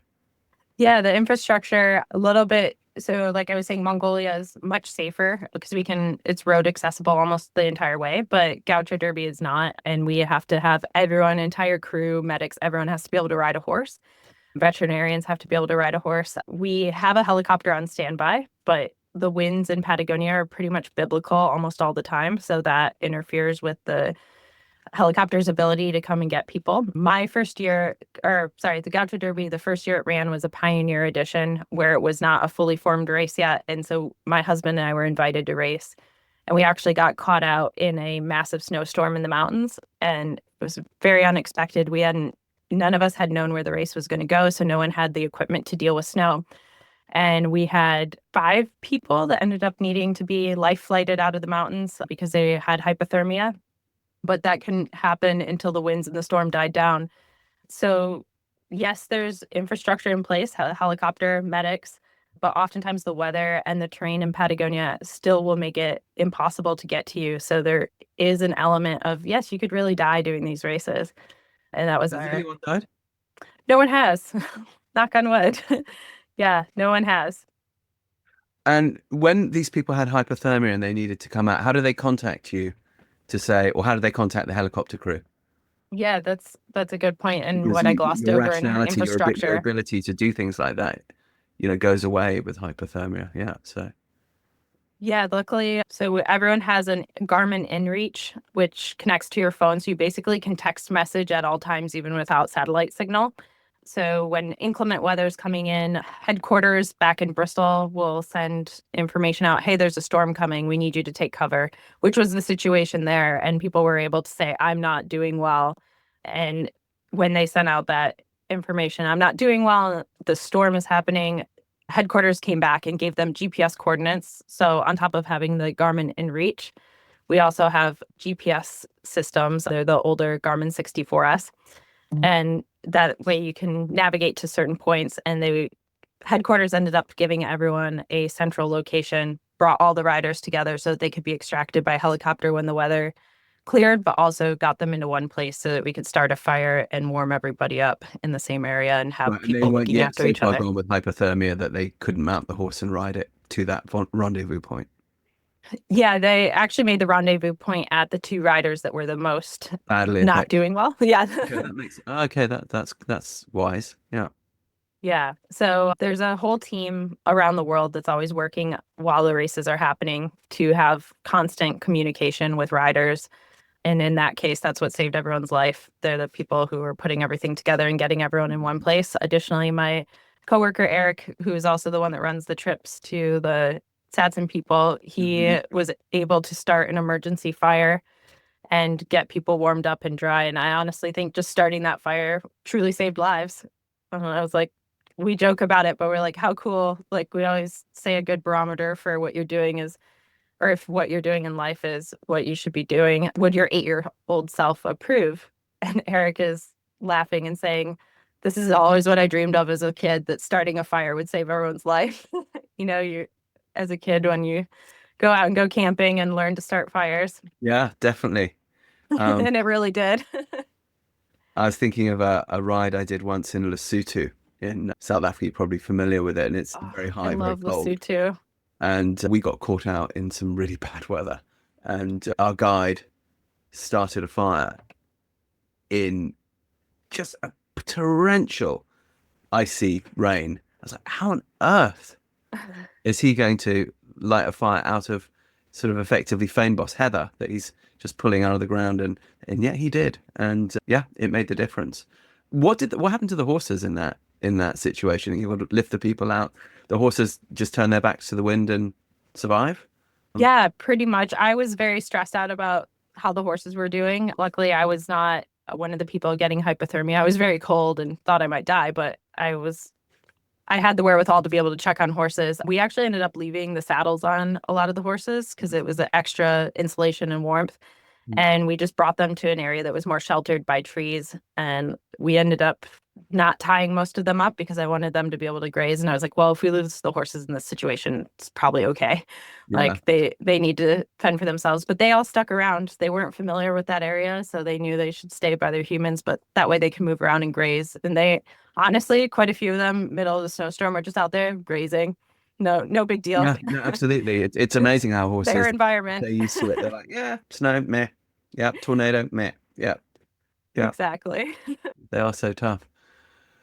And it's funny, you were talking about the hypothermia there and the winds. I remember reading about, and I was trying to remember what their name was, the indigenous people down in Patagonia who used to travel by canoe with fires in their canoes. And that this was written about by British sailors who got shipwrecked down there in the 18th century and got rescued by these people. The Yagan people constantly had a fire stoked to keep themselves warm, even chance the demise of their transportation by starting them within their bark canoes, and that they would travel this incredible human technology in a place like that. And then, of course, they all died of smallpox, after we whiteys showed up and colonized it all in the. There's actually quite a lot of paintings still on rocks out there from the Tuwelchan people in the area that we run the race. And that's really, really cool to see. And I believe Tuwelchan's actually, so you said the Yegan, was that the? Yes, I believe here I'm reading it, Yagan. But can you spell Twelcher? Did you say? I can. I've only said it conversationally in Patagonia, but the Tuwelchans, there's still a lineage of Tuwelchan people that live amongst everyone else. I mean, they're integrated into the culture, but they weren't eradicated. And are they? Oh, here we go. I've got it. It's Tehuelche, Tehuelche people, Patagonia. Here we go. And are they involved in any way in the Derby? To my knowledge, they are not, but I think a lot of people that work with us on the race down there probably have some percentage bloodline back to the native people there. Yeah, fascinating. It would be interesting to find out. I think you're probably dead right. It would be almost unthinkable that there wouldn't be, indigenous. Yeah. You can see that in a lot of people's facial structure down there and the color of their skin and hair. And there must be a relationship with the land in that case. So have you again, are there certain individuals that sort of stand out in the years that you've been doing this? It's this old guy or this old lady who just knows this about the plants and knows this about the mountain. Actually, because it's such a harsh environment down there, everyone that lives down there is still connected to the land. And something I think is really cool, and I've talked about with people there, is that I've noticed in really harsh environments, the land gives back during summer in a bigger way. And what I mean by that is if it's hard to exist in a climate, you'll see that there's a lot more of the berries and fruits are edible. Yeah. And that's the case down there. There's something called the El Calafate berry, and it's a plant it looks a lot like something that would be in the fynbos, and that produces lots of berries every year. And there's another thing that's colloquially called like horse apples, but it's like these tiny little berries that grow along the ground, and the horses actually eat them as well. But it's much like a lingonberry, Yeah. and the entire pampas are covered with those. And I just noticed that the land gives back in such a big way in Patagonia because it has such tough winters. And I've noticed that living in environments where it snows, there's often things are much more edible. Whereas if it's a warm environment, you may not get as much back from the land. And that's kind of talked about in the culture there. Like the land wants you to coexist. It's trying to help you make it through the winter by giving you so much in the summer. Well, that's an interesting. That raises an interesting thing, which is that sort of nature is actually always trying to help one rather than hinder one, right? Yeah, nature's actually Yeah, always on one side, and that point I think about places that have brutal winters. I think it's true in deserts too. So desert edible plants often are much more nutrient dense. So you can eat much less of them, but get more nutrients from them than in, say, absolutely. Europe or Germany or Eastern USA, where it's a sort of more temperate climate. This business of that nature's actually always on one side, except on the few occasions when it decides to cull one off. Your journeys with psilocybin, has this come forward from the land to you? Are there Um, conversations with the land, not just with the horses? yes, yes, there Talk to us absolutely about are. that. I've actually been addressed by this kind of self called the Tree Nation, and the trees on our property back at home, where I did a psilocybin journey, kept telling me disharmony. I kept getting the word disharmony, disharmony, disharmony, and the land was complaining about the management that we had of horses on the land because Okay. our large juniper trees were all getting chewed by the horses in winter. And I kind of had to connect with the trees in this experience. And it's sort of wild and I still kind of question it, but it felt really real in the moment of having this recognition that these trees are these whole beings. It felt almost like the wisdom that you might feel when you're around elephants, like these large creatures that just look down over everything going on around them. And I had this moment of realization that that's like this tree's experience and how connected the tree was to the land around them. And I felt like I was being addressed by the trees, and they were telling me to manage the horses better. That it was my fault for keeping them, again, against Sonic's wishes, confined in an area, and that they were chewing on the trees, which was causing disharmony. And so in that trip, I was feeling that I needed to do a better job of speaking with the horses about what they wanted and about the land with what it wanted. And it was showing me as well that we have like these thorn plants that grow, like the classic purple thorn plants that come up. And it was saying, if you see more of these, you know that this area is being overgrazed. And I've like Sort of, since this is the researched land that. saying it to you, or this is research that you did? This is the land said it to me first, and then I researched afterwards. Okay. And it kind of is a really interesting observation. People have said like as the land where there's more prickly plants, it's kind of the land protecting itself and showing that there's been overgrazing, which I found to be interesting. And it was true, like in the pastures that we had the horses in most often, that's where they were coming up. So And so what did you do? Did you make a change? I did make a change. Yeah, I actually just shut the horses out of the one pasture where the trees were that they had been chewing on, but like opening up more pasture land, trying to manage where they were better. We reseeded some of the areas, some of the pastures, and have slowly like tried to manage our land better and just use more of it. Have the trees given you a thumbs up? I haven't specifically gotten a thumbs up. It wasn't as clear as the thumbs down that I got. And But have you gone back and asked and said, "Okay, lads, I did it. Is this good, or do I need to do more?" I still feel that like there I have to do more. Like I don't Okay. feel like we're where we're at, so I've been afraid to ask, to be honest. So, with the feeling that you have that you would do more, so what are your plans? I'm actually intrigued by this because land management and the symbiosis of humans with the land, of course, is exactly how we're supposed to live. And when it's good, I think we all feel this intrinsic sense of ease. And when it's not good, we sure don't. So if it's still niggling under your skin, it's like, yeah, but I still haven't quite, done what they like. Are you putting together a strategy based upon what the land has told you? I am, yeah. I'm actually like I feel like it's a really cool metaphor for how to deal with coming together as society. And what I mean by that is it is really strange, as Sonic the horse is pointing out, by wanting to be free roaming. I've always thought it's weird to own property, right? Like we're all part of, I understand why it has to happen in the society we live in now, like why we have to put up these arbitrary boundaries. But it is interesting, like how do you fit what should be into the world and structure that we live in? And land management is a little bit of metaphor for how to come together in society. Like there's so many benefits of coming together, but there's so many negatives. And for example, being confined to one space with your herd is not really what how we were meant to naturally be. We were meant to be like Mongolia, where we can travel around. And if there's overgrazing, well, there really isn't overgrazing because the horses move on. Or if a place does get overgrazed, a horse would die and there would be less horses. And then the grass could grow again. And there'd always be that natural seeking of homeostasis.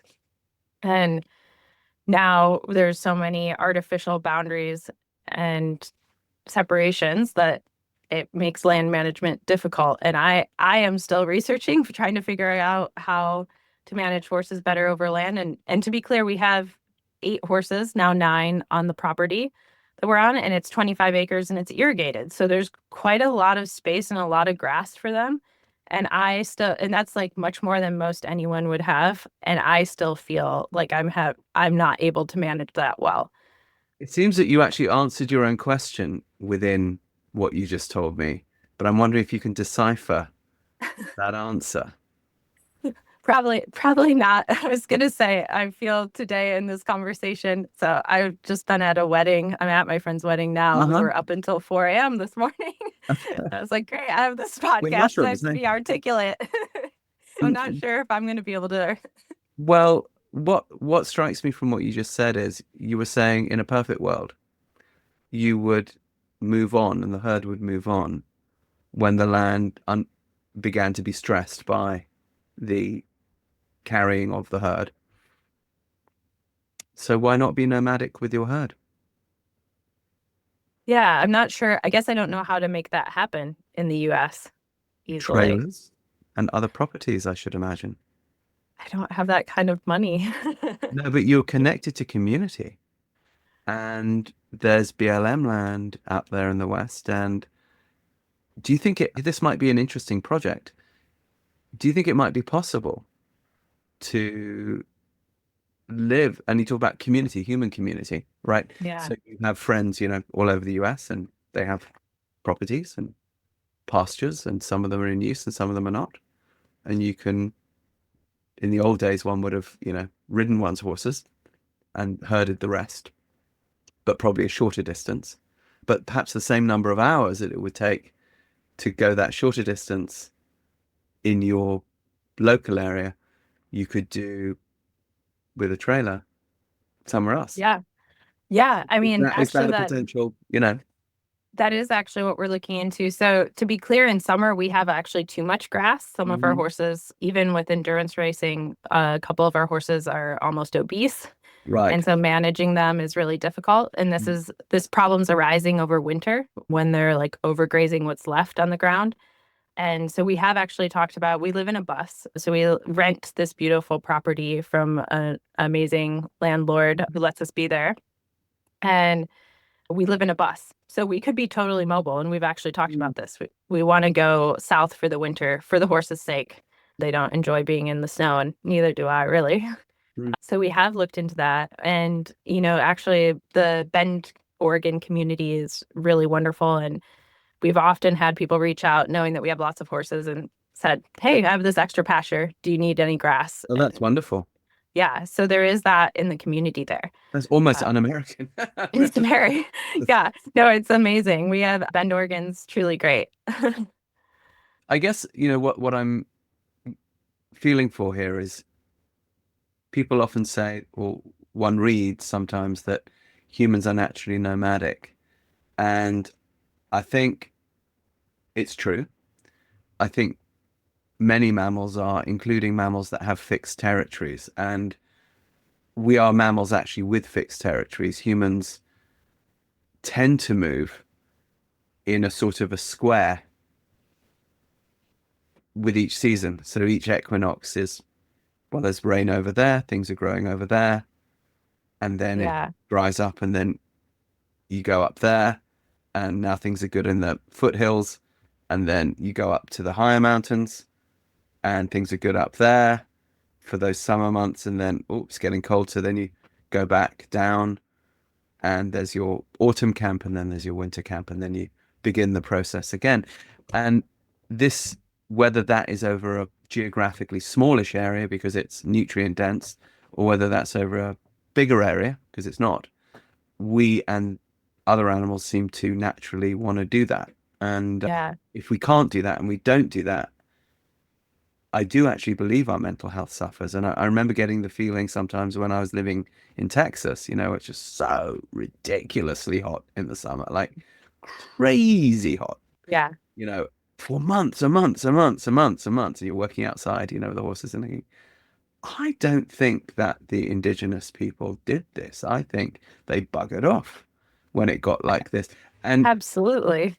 sure enough, I started, researching it. Yes, the bison would come all the way down to the coast, and then they would go north as it got hotter, and you would kind of follow them. You might not follow them to Alaska, but you'd certainly follow them a certain distance to higher elevations, and that would make perfect sense. And now we don't. Now we stick around. Loneliness, depression, boredom, where we began. Well, we stick around if we feel we have to, right? Look at all the people that feel that they have that financial freedom. Snowbirds almost everywhere, right? Like, They migrate. yeah, Absolutely. Absolutely. First thing that people do when they get a lot of money, they buy houses in different places, and yeah, and they sort of seasonally migrate between them. They basically just go back absolutely. to being a hunter-gatherer, just on a yacht. Yeah. Yeah.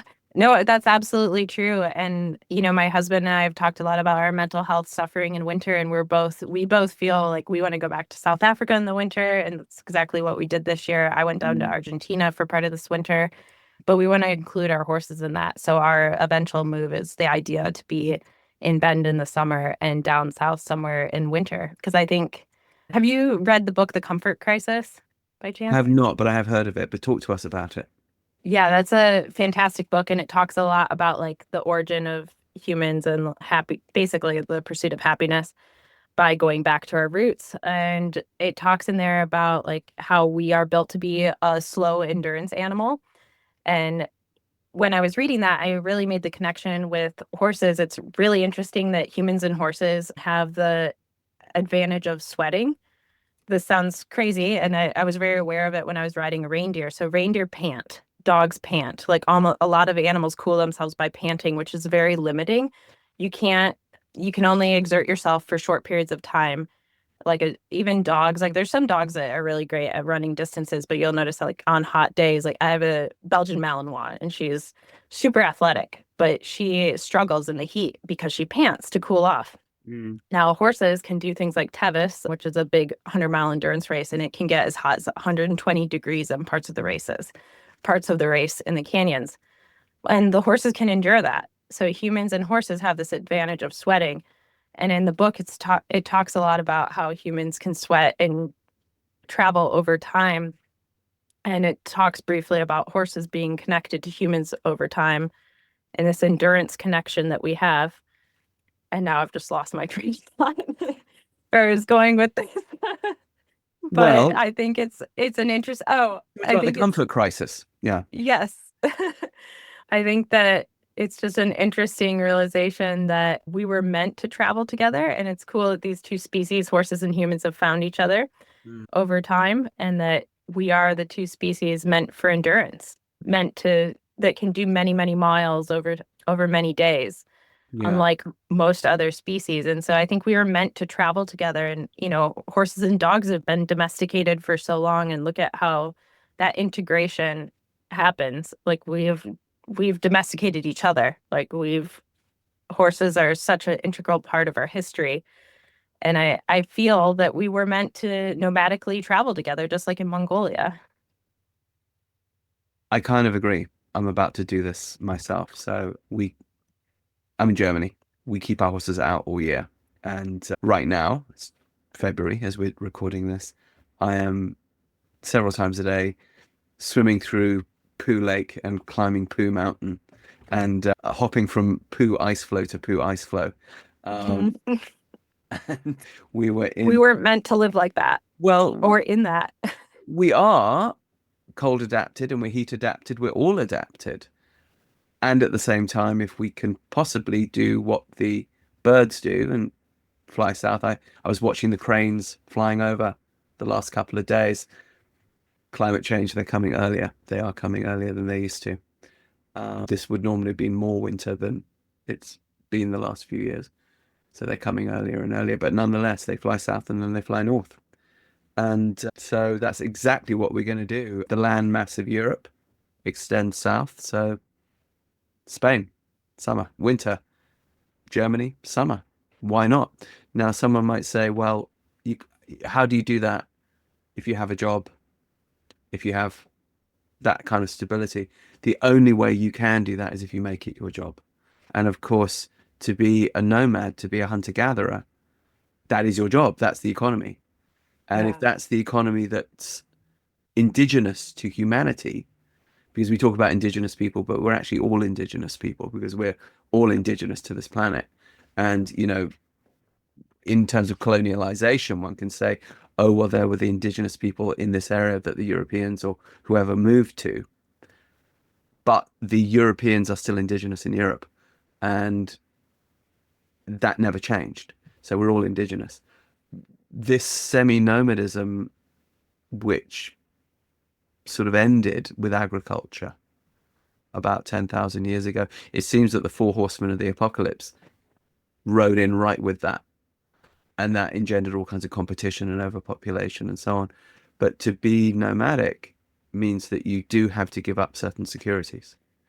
Easier said than done, particularly in our modern era. So when people say, well, I can't do that, I absolutely believe them. And I say, yeah, no, I get it. I get that you can't. Nonetheless, would we be happier if we did? And I kind of think we would. Yeah. So from my personal point of view, I would trade certain luxuries for that.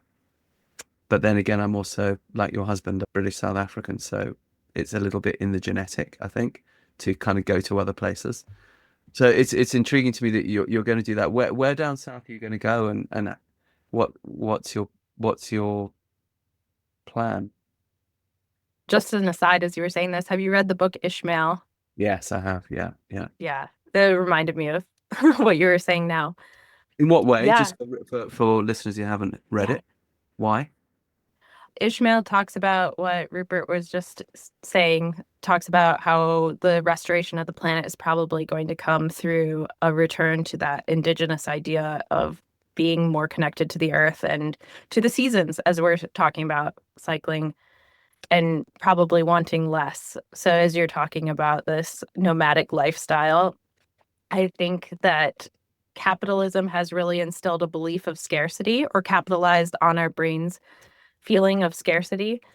And something I've learned to start accepting is abundance, the law of Mm. abundance, and the belief in abundance. And it's really interesting that we all think we're not going to have enough, probably stemming from the idea that we're not enough, right? Like it's an internal journey that's externalized.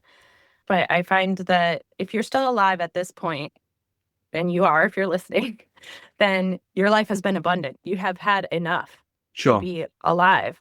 And abundance really means just having enough. It doesn't mean having an excess.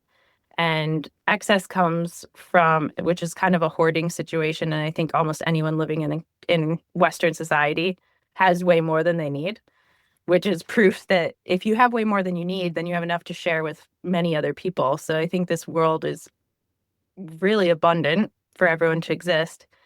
And I think letting go of this idea of scarcity will help us to return to being our more natural selves. And that's where this nomadic lifestyle, this letting go of these so-called or felt securities ends up creating. Sorry, I'm just saw your video in the background. Just feel my little son coming, Yeah. that little blonde head. Whoop. Yeah. Mhm. Yeah, well, he's Um, he's he's busy seeking abundance currently. Yeah, yeah. Like you. yes. One of my favorite activities as well. Yeah, I think if we let go of this attachment to scarcity our this attachment to our suffering, right? Like we think we're not enough. We think we don't have enough. If we start to let go of that and just trust in the universe and trust in the process and the journey, we can do things like be nomadic, be more connected, let go of all these extras that we do not need. And I think that will make a shift in humanity if we can do that. And But what is tricky for that, and what everyone would say is, I presume you're not yet a parent, right? There was no, still my little one there. So, I think for many people, quite justifiably, the argument to that is, well, once you've got kids. yeah, But interestingly, I never bought that. I've got three kids, and I always thought, well, yes, it absolutely will affect the way in which you travel. yeah, I You got to travel completely with them in mind. You cannot. I tried for like 5 seconds to travel with my own previous agendas in travel. When I had my first kid, your ass gets handed to you, and you're like, okay, yeah, absolutely, got it, yeah, yeah. It will be all about you. Got it. Yes. yeah, But let's still go because, of course, from a child's perspective, Buddhism is also natural. As long as you're with your people and you're making camp every night with your people, and your people understand how to create abundance out of what's around, then you're okay. yeah, It's about community, right? But then we say, oh yeah, but what about schools and what about a job? And now suddenly, as you say, it's back interesting what you talked about, Ishmael, that book. It seems that we maybe on the cusp of this now, that suddenly post-COVID digital nomadism, homeschooling, online schooling. I just recently did a podcast with an interesting lady called Lainey Liberty, who thought she was taking a year off with her kid back in 2008, and they just kept going. And now he's all grown up, but they made a whole economy out of this. She gave up her business, gave up her, and invented basically a genre called world schooling. And now there are these world schooling conferences. So it is interesting. I think you're right that actually one can do this, but it takes a paradigm shift internally. Maybe that's where your psilocybin comes in. Does it help with that? Can it help with that? yeah, I think so. I feel really connected to what you're saying and having kids because I teach a lot of kids and I Yeah. have some really amazing parents and all these like 80% of the parents are homeschooling their kids Mm, that have their kids riding with me mm, and they're rewriting the way they want to educate their kids. They want them connected to nature and the outdoors. Like there's an amazing family that has 5 kids and they all are in riding lessons with me and they come out twice a week and they're involved in every aspect of caring for horses.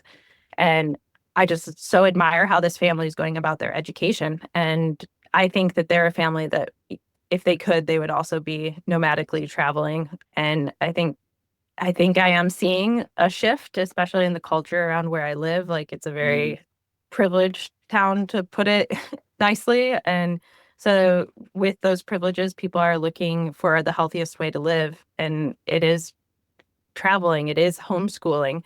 And with that homeschooling, there is living in multiple places. Even this family of 5, they have a home in Hawaii and they often travel there during winter. So they're also chasing the sunlight around the world. And that this whole new idea of educating kids in the world and traveling with kids in the world really calls to me. That's what I'm hoping to shift my business into is connecting kids back to nature through horses. And the book, The Lion Tracker's Guide to Life, there's a sentence in there. That's Boyd Vardy's Boyd book. Barty, yeah, I was the one if it was him. Yeah. He has a single sentence in there that just resonated so deeply with me. And it was a, the restoration of the planet will only come through a profound shift in human consciousness. And I think that this environmental concern that I have deep down is a realization that you have to change what's in here to change what's out there. And I've just pointed to my heart and then put my hand out. So, like, you have to change your insides to change the outsides. And I think in working with kids and connecting them back to nature, like, you can't care about something you don't understand. For sure. And so I think, Absolutely. We have a thing, as you know, the work I do with special needs and education. So we have a fun thing we do every fall. I thought, why would I expect kids to care about forest, right? Because they're not in the forest. Like, yeah. yeah. So I thought, okay, they're in the city, but there are trees in the city. So what we do now is we go out in the fall sometimes and we fill up bags of acorns and chestnuts and things that are falling on concrete that will not get a chance to put down roots, and then take them out to the country and guerrilla plant them along fence Oh, lines. cool. And all you got to do is put them in like 1 inch of your thumb in, and about 75% of them come up. It's really interesting. And we've been doing that I started doing it in Texas 20 years ago. So now there are all these banks along my old fence lines in Texas, which are like 30, 40 feet high now. Oh, wow. And you're like, wow, it actually works. I agree with you that people can only value what they know and what they've also helped to create and nurture. So without that relationship with the land, how and why would anybody care? And then people think, well, yes, but I live in the city, or I haven't got an access to now, I don't own land, or I can't travel, or those people have a big house in Hawaii. But it's not about owning land. It's not about having a big house in Hawaii. You can travel, you can be nomadic within your own continent. If you change your economy, you can gather acorns from the concrete and plant them along a fence line somewhere. It's it doesn't matter the scale. It seems to just matter for the human heart that we do.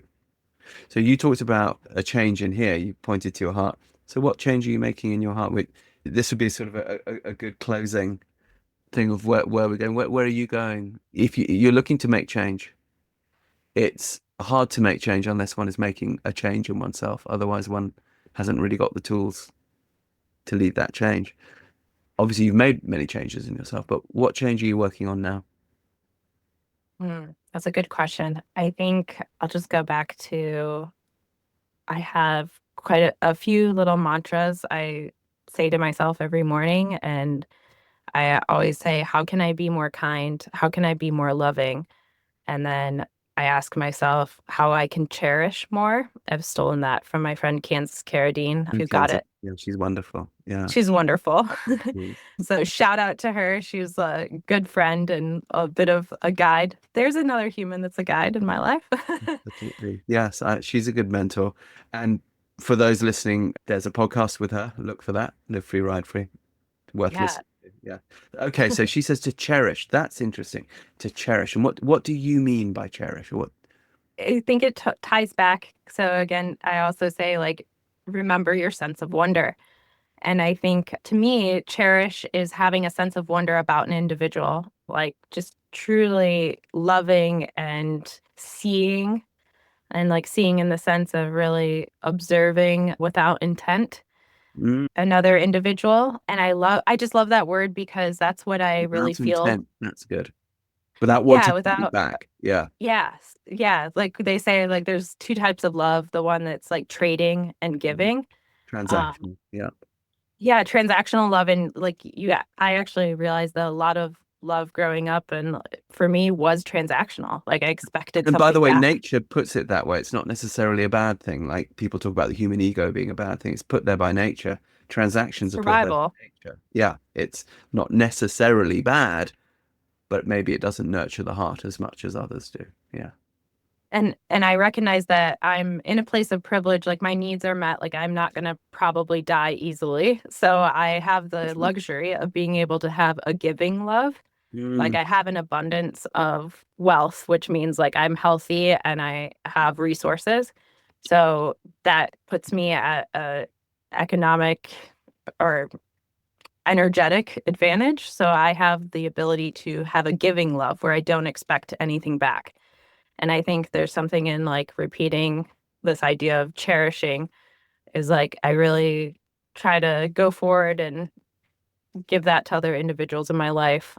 Here's a small example. I like to give little examples of things people can do every day. If you can start your day and have your own mantras that make sense to you, a small, very, I guess this is very pertinent for our times. A small thing that I like to do in the morning is I do use social media for my job, and I think it can be a platform for so many negative things, but I try to genuinely make 10 comments that I genuinely truly mean. And I try to send out 10 positive comments on social media every morning. And then I just turn it off. Like that's my interaction. Like I'm done until I have to do like some sort of advertising for my own business or interaction. But I try to find stories that really resonate with me, see and cherish that individual for the experience they're having, and give them a line of encouragement, or just like, I see what you're doing and it's amazing. And so that's like a small, small little ritual I have every morning. And that's like starts to build the Positive habit of trolling. cherishing. Was that? Positive trolling. Yes, positive trolling, exactly. That's lovely. Yes, I so agree. The first thing I look at on social media is something called Good News Network, and when I see something good on it, I send it to people. Yeah, I actually have that too. It's a wonderful thing. I used to go straight on and look at the Ukraine war, and then I realized that it was depressing me, and I still look at the Ukraine war, but first I look at Good News Network. You talked about social media. How do people find you? And if they want to come and do the Derby with you, and if they want to come to Bend, Oregon and drop mushrooms with you and talk to trees, and if they want to do stuff with horses with you, how do they find you? So our business, because of both the psilocybin and the horses and the perspective of the ridiculousness of it all, our business name is Intergalactic Equine. So we're at intergalacticequine.com. But the best way to reach me is through Facebook. I'm Stevie Delahunt, or Instagram is the absolute best, and that's at Adventurist Barbie. Adventurist, not adventurous. Right. Wrist. Yeah. Barbie. Adventurist Barbie. And I got that name because I had so many clothes, not really because I'm blonde or anything or have any sort of Barbie proportions. It's more because I just had an outfit for everything. I have aspirations to be an adventurous Barbie myself. I'll see. Acquire more clothes. But okay, so Instagram adventurist Barbie, Mm-hmm. intergalactic equine.com. .com. Perfect. I think I'm going to come and explore psilocybin in the mountains of Eastern Oregon with you. It'd be That fun. would be amazing. I Okay. would I would love to have a conversation on a day I wasn't up until 4 a.m. night before. I'm up for it. I'm up for it. Amazing. All right. Well, thank you so much for coming on, and I look forward to the next time. I do as well. Thank you so much. I Okay. enjoyed this so much. And Likewise. quick shout out to Amanda Miranvini for connecting us. She's amazing. I just wanted to say that. Yes. Our mutual friend Amanda Minervini, another nomad, Italian academic, living in Colorado and Italy, and making people feel happy and healed all over the world, I think, Amanda. She's such a cheerleader. She's come and done a boot camp with me, and she was just like, "You have to talk to Rupert. Like, you guys would connect on so many levels." And yeah, what a wonderful cheerleader of a human. And there's a good example of someone cherishing other people. I would agree. I would agree. And really being able to take pleasure in the achievements of others. That's a rare quality, I can It really imagine. is. Beautiful human being. Indeed. All right. Well, thank you. And Yeah.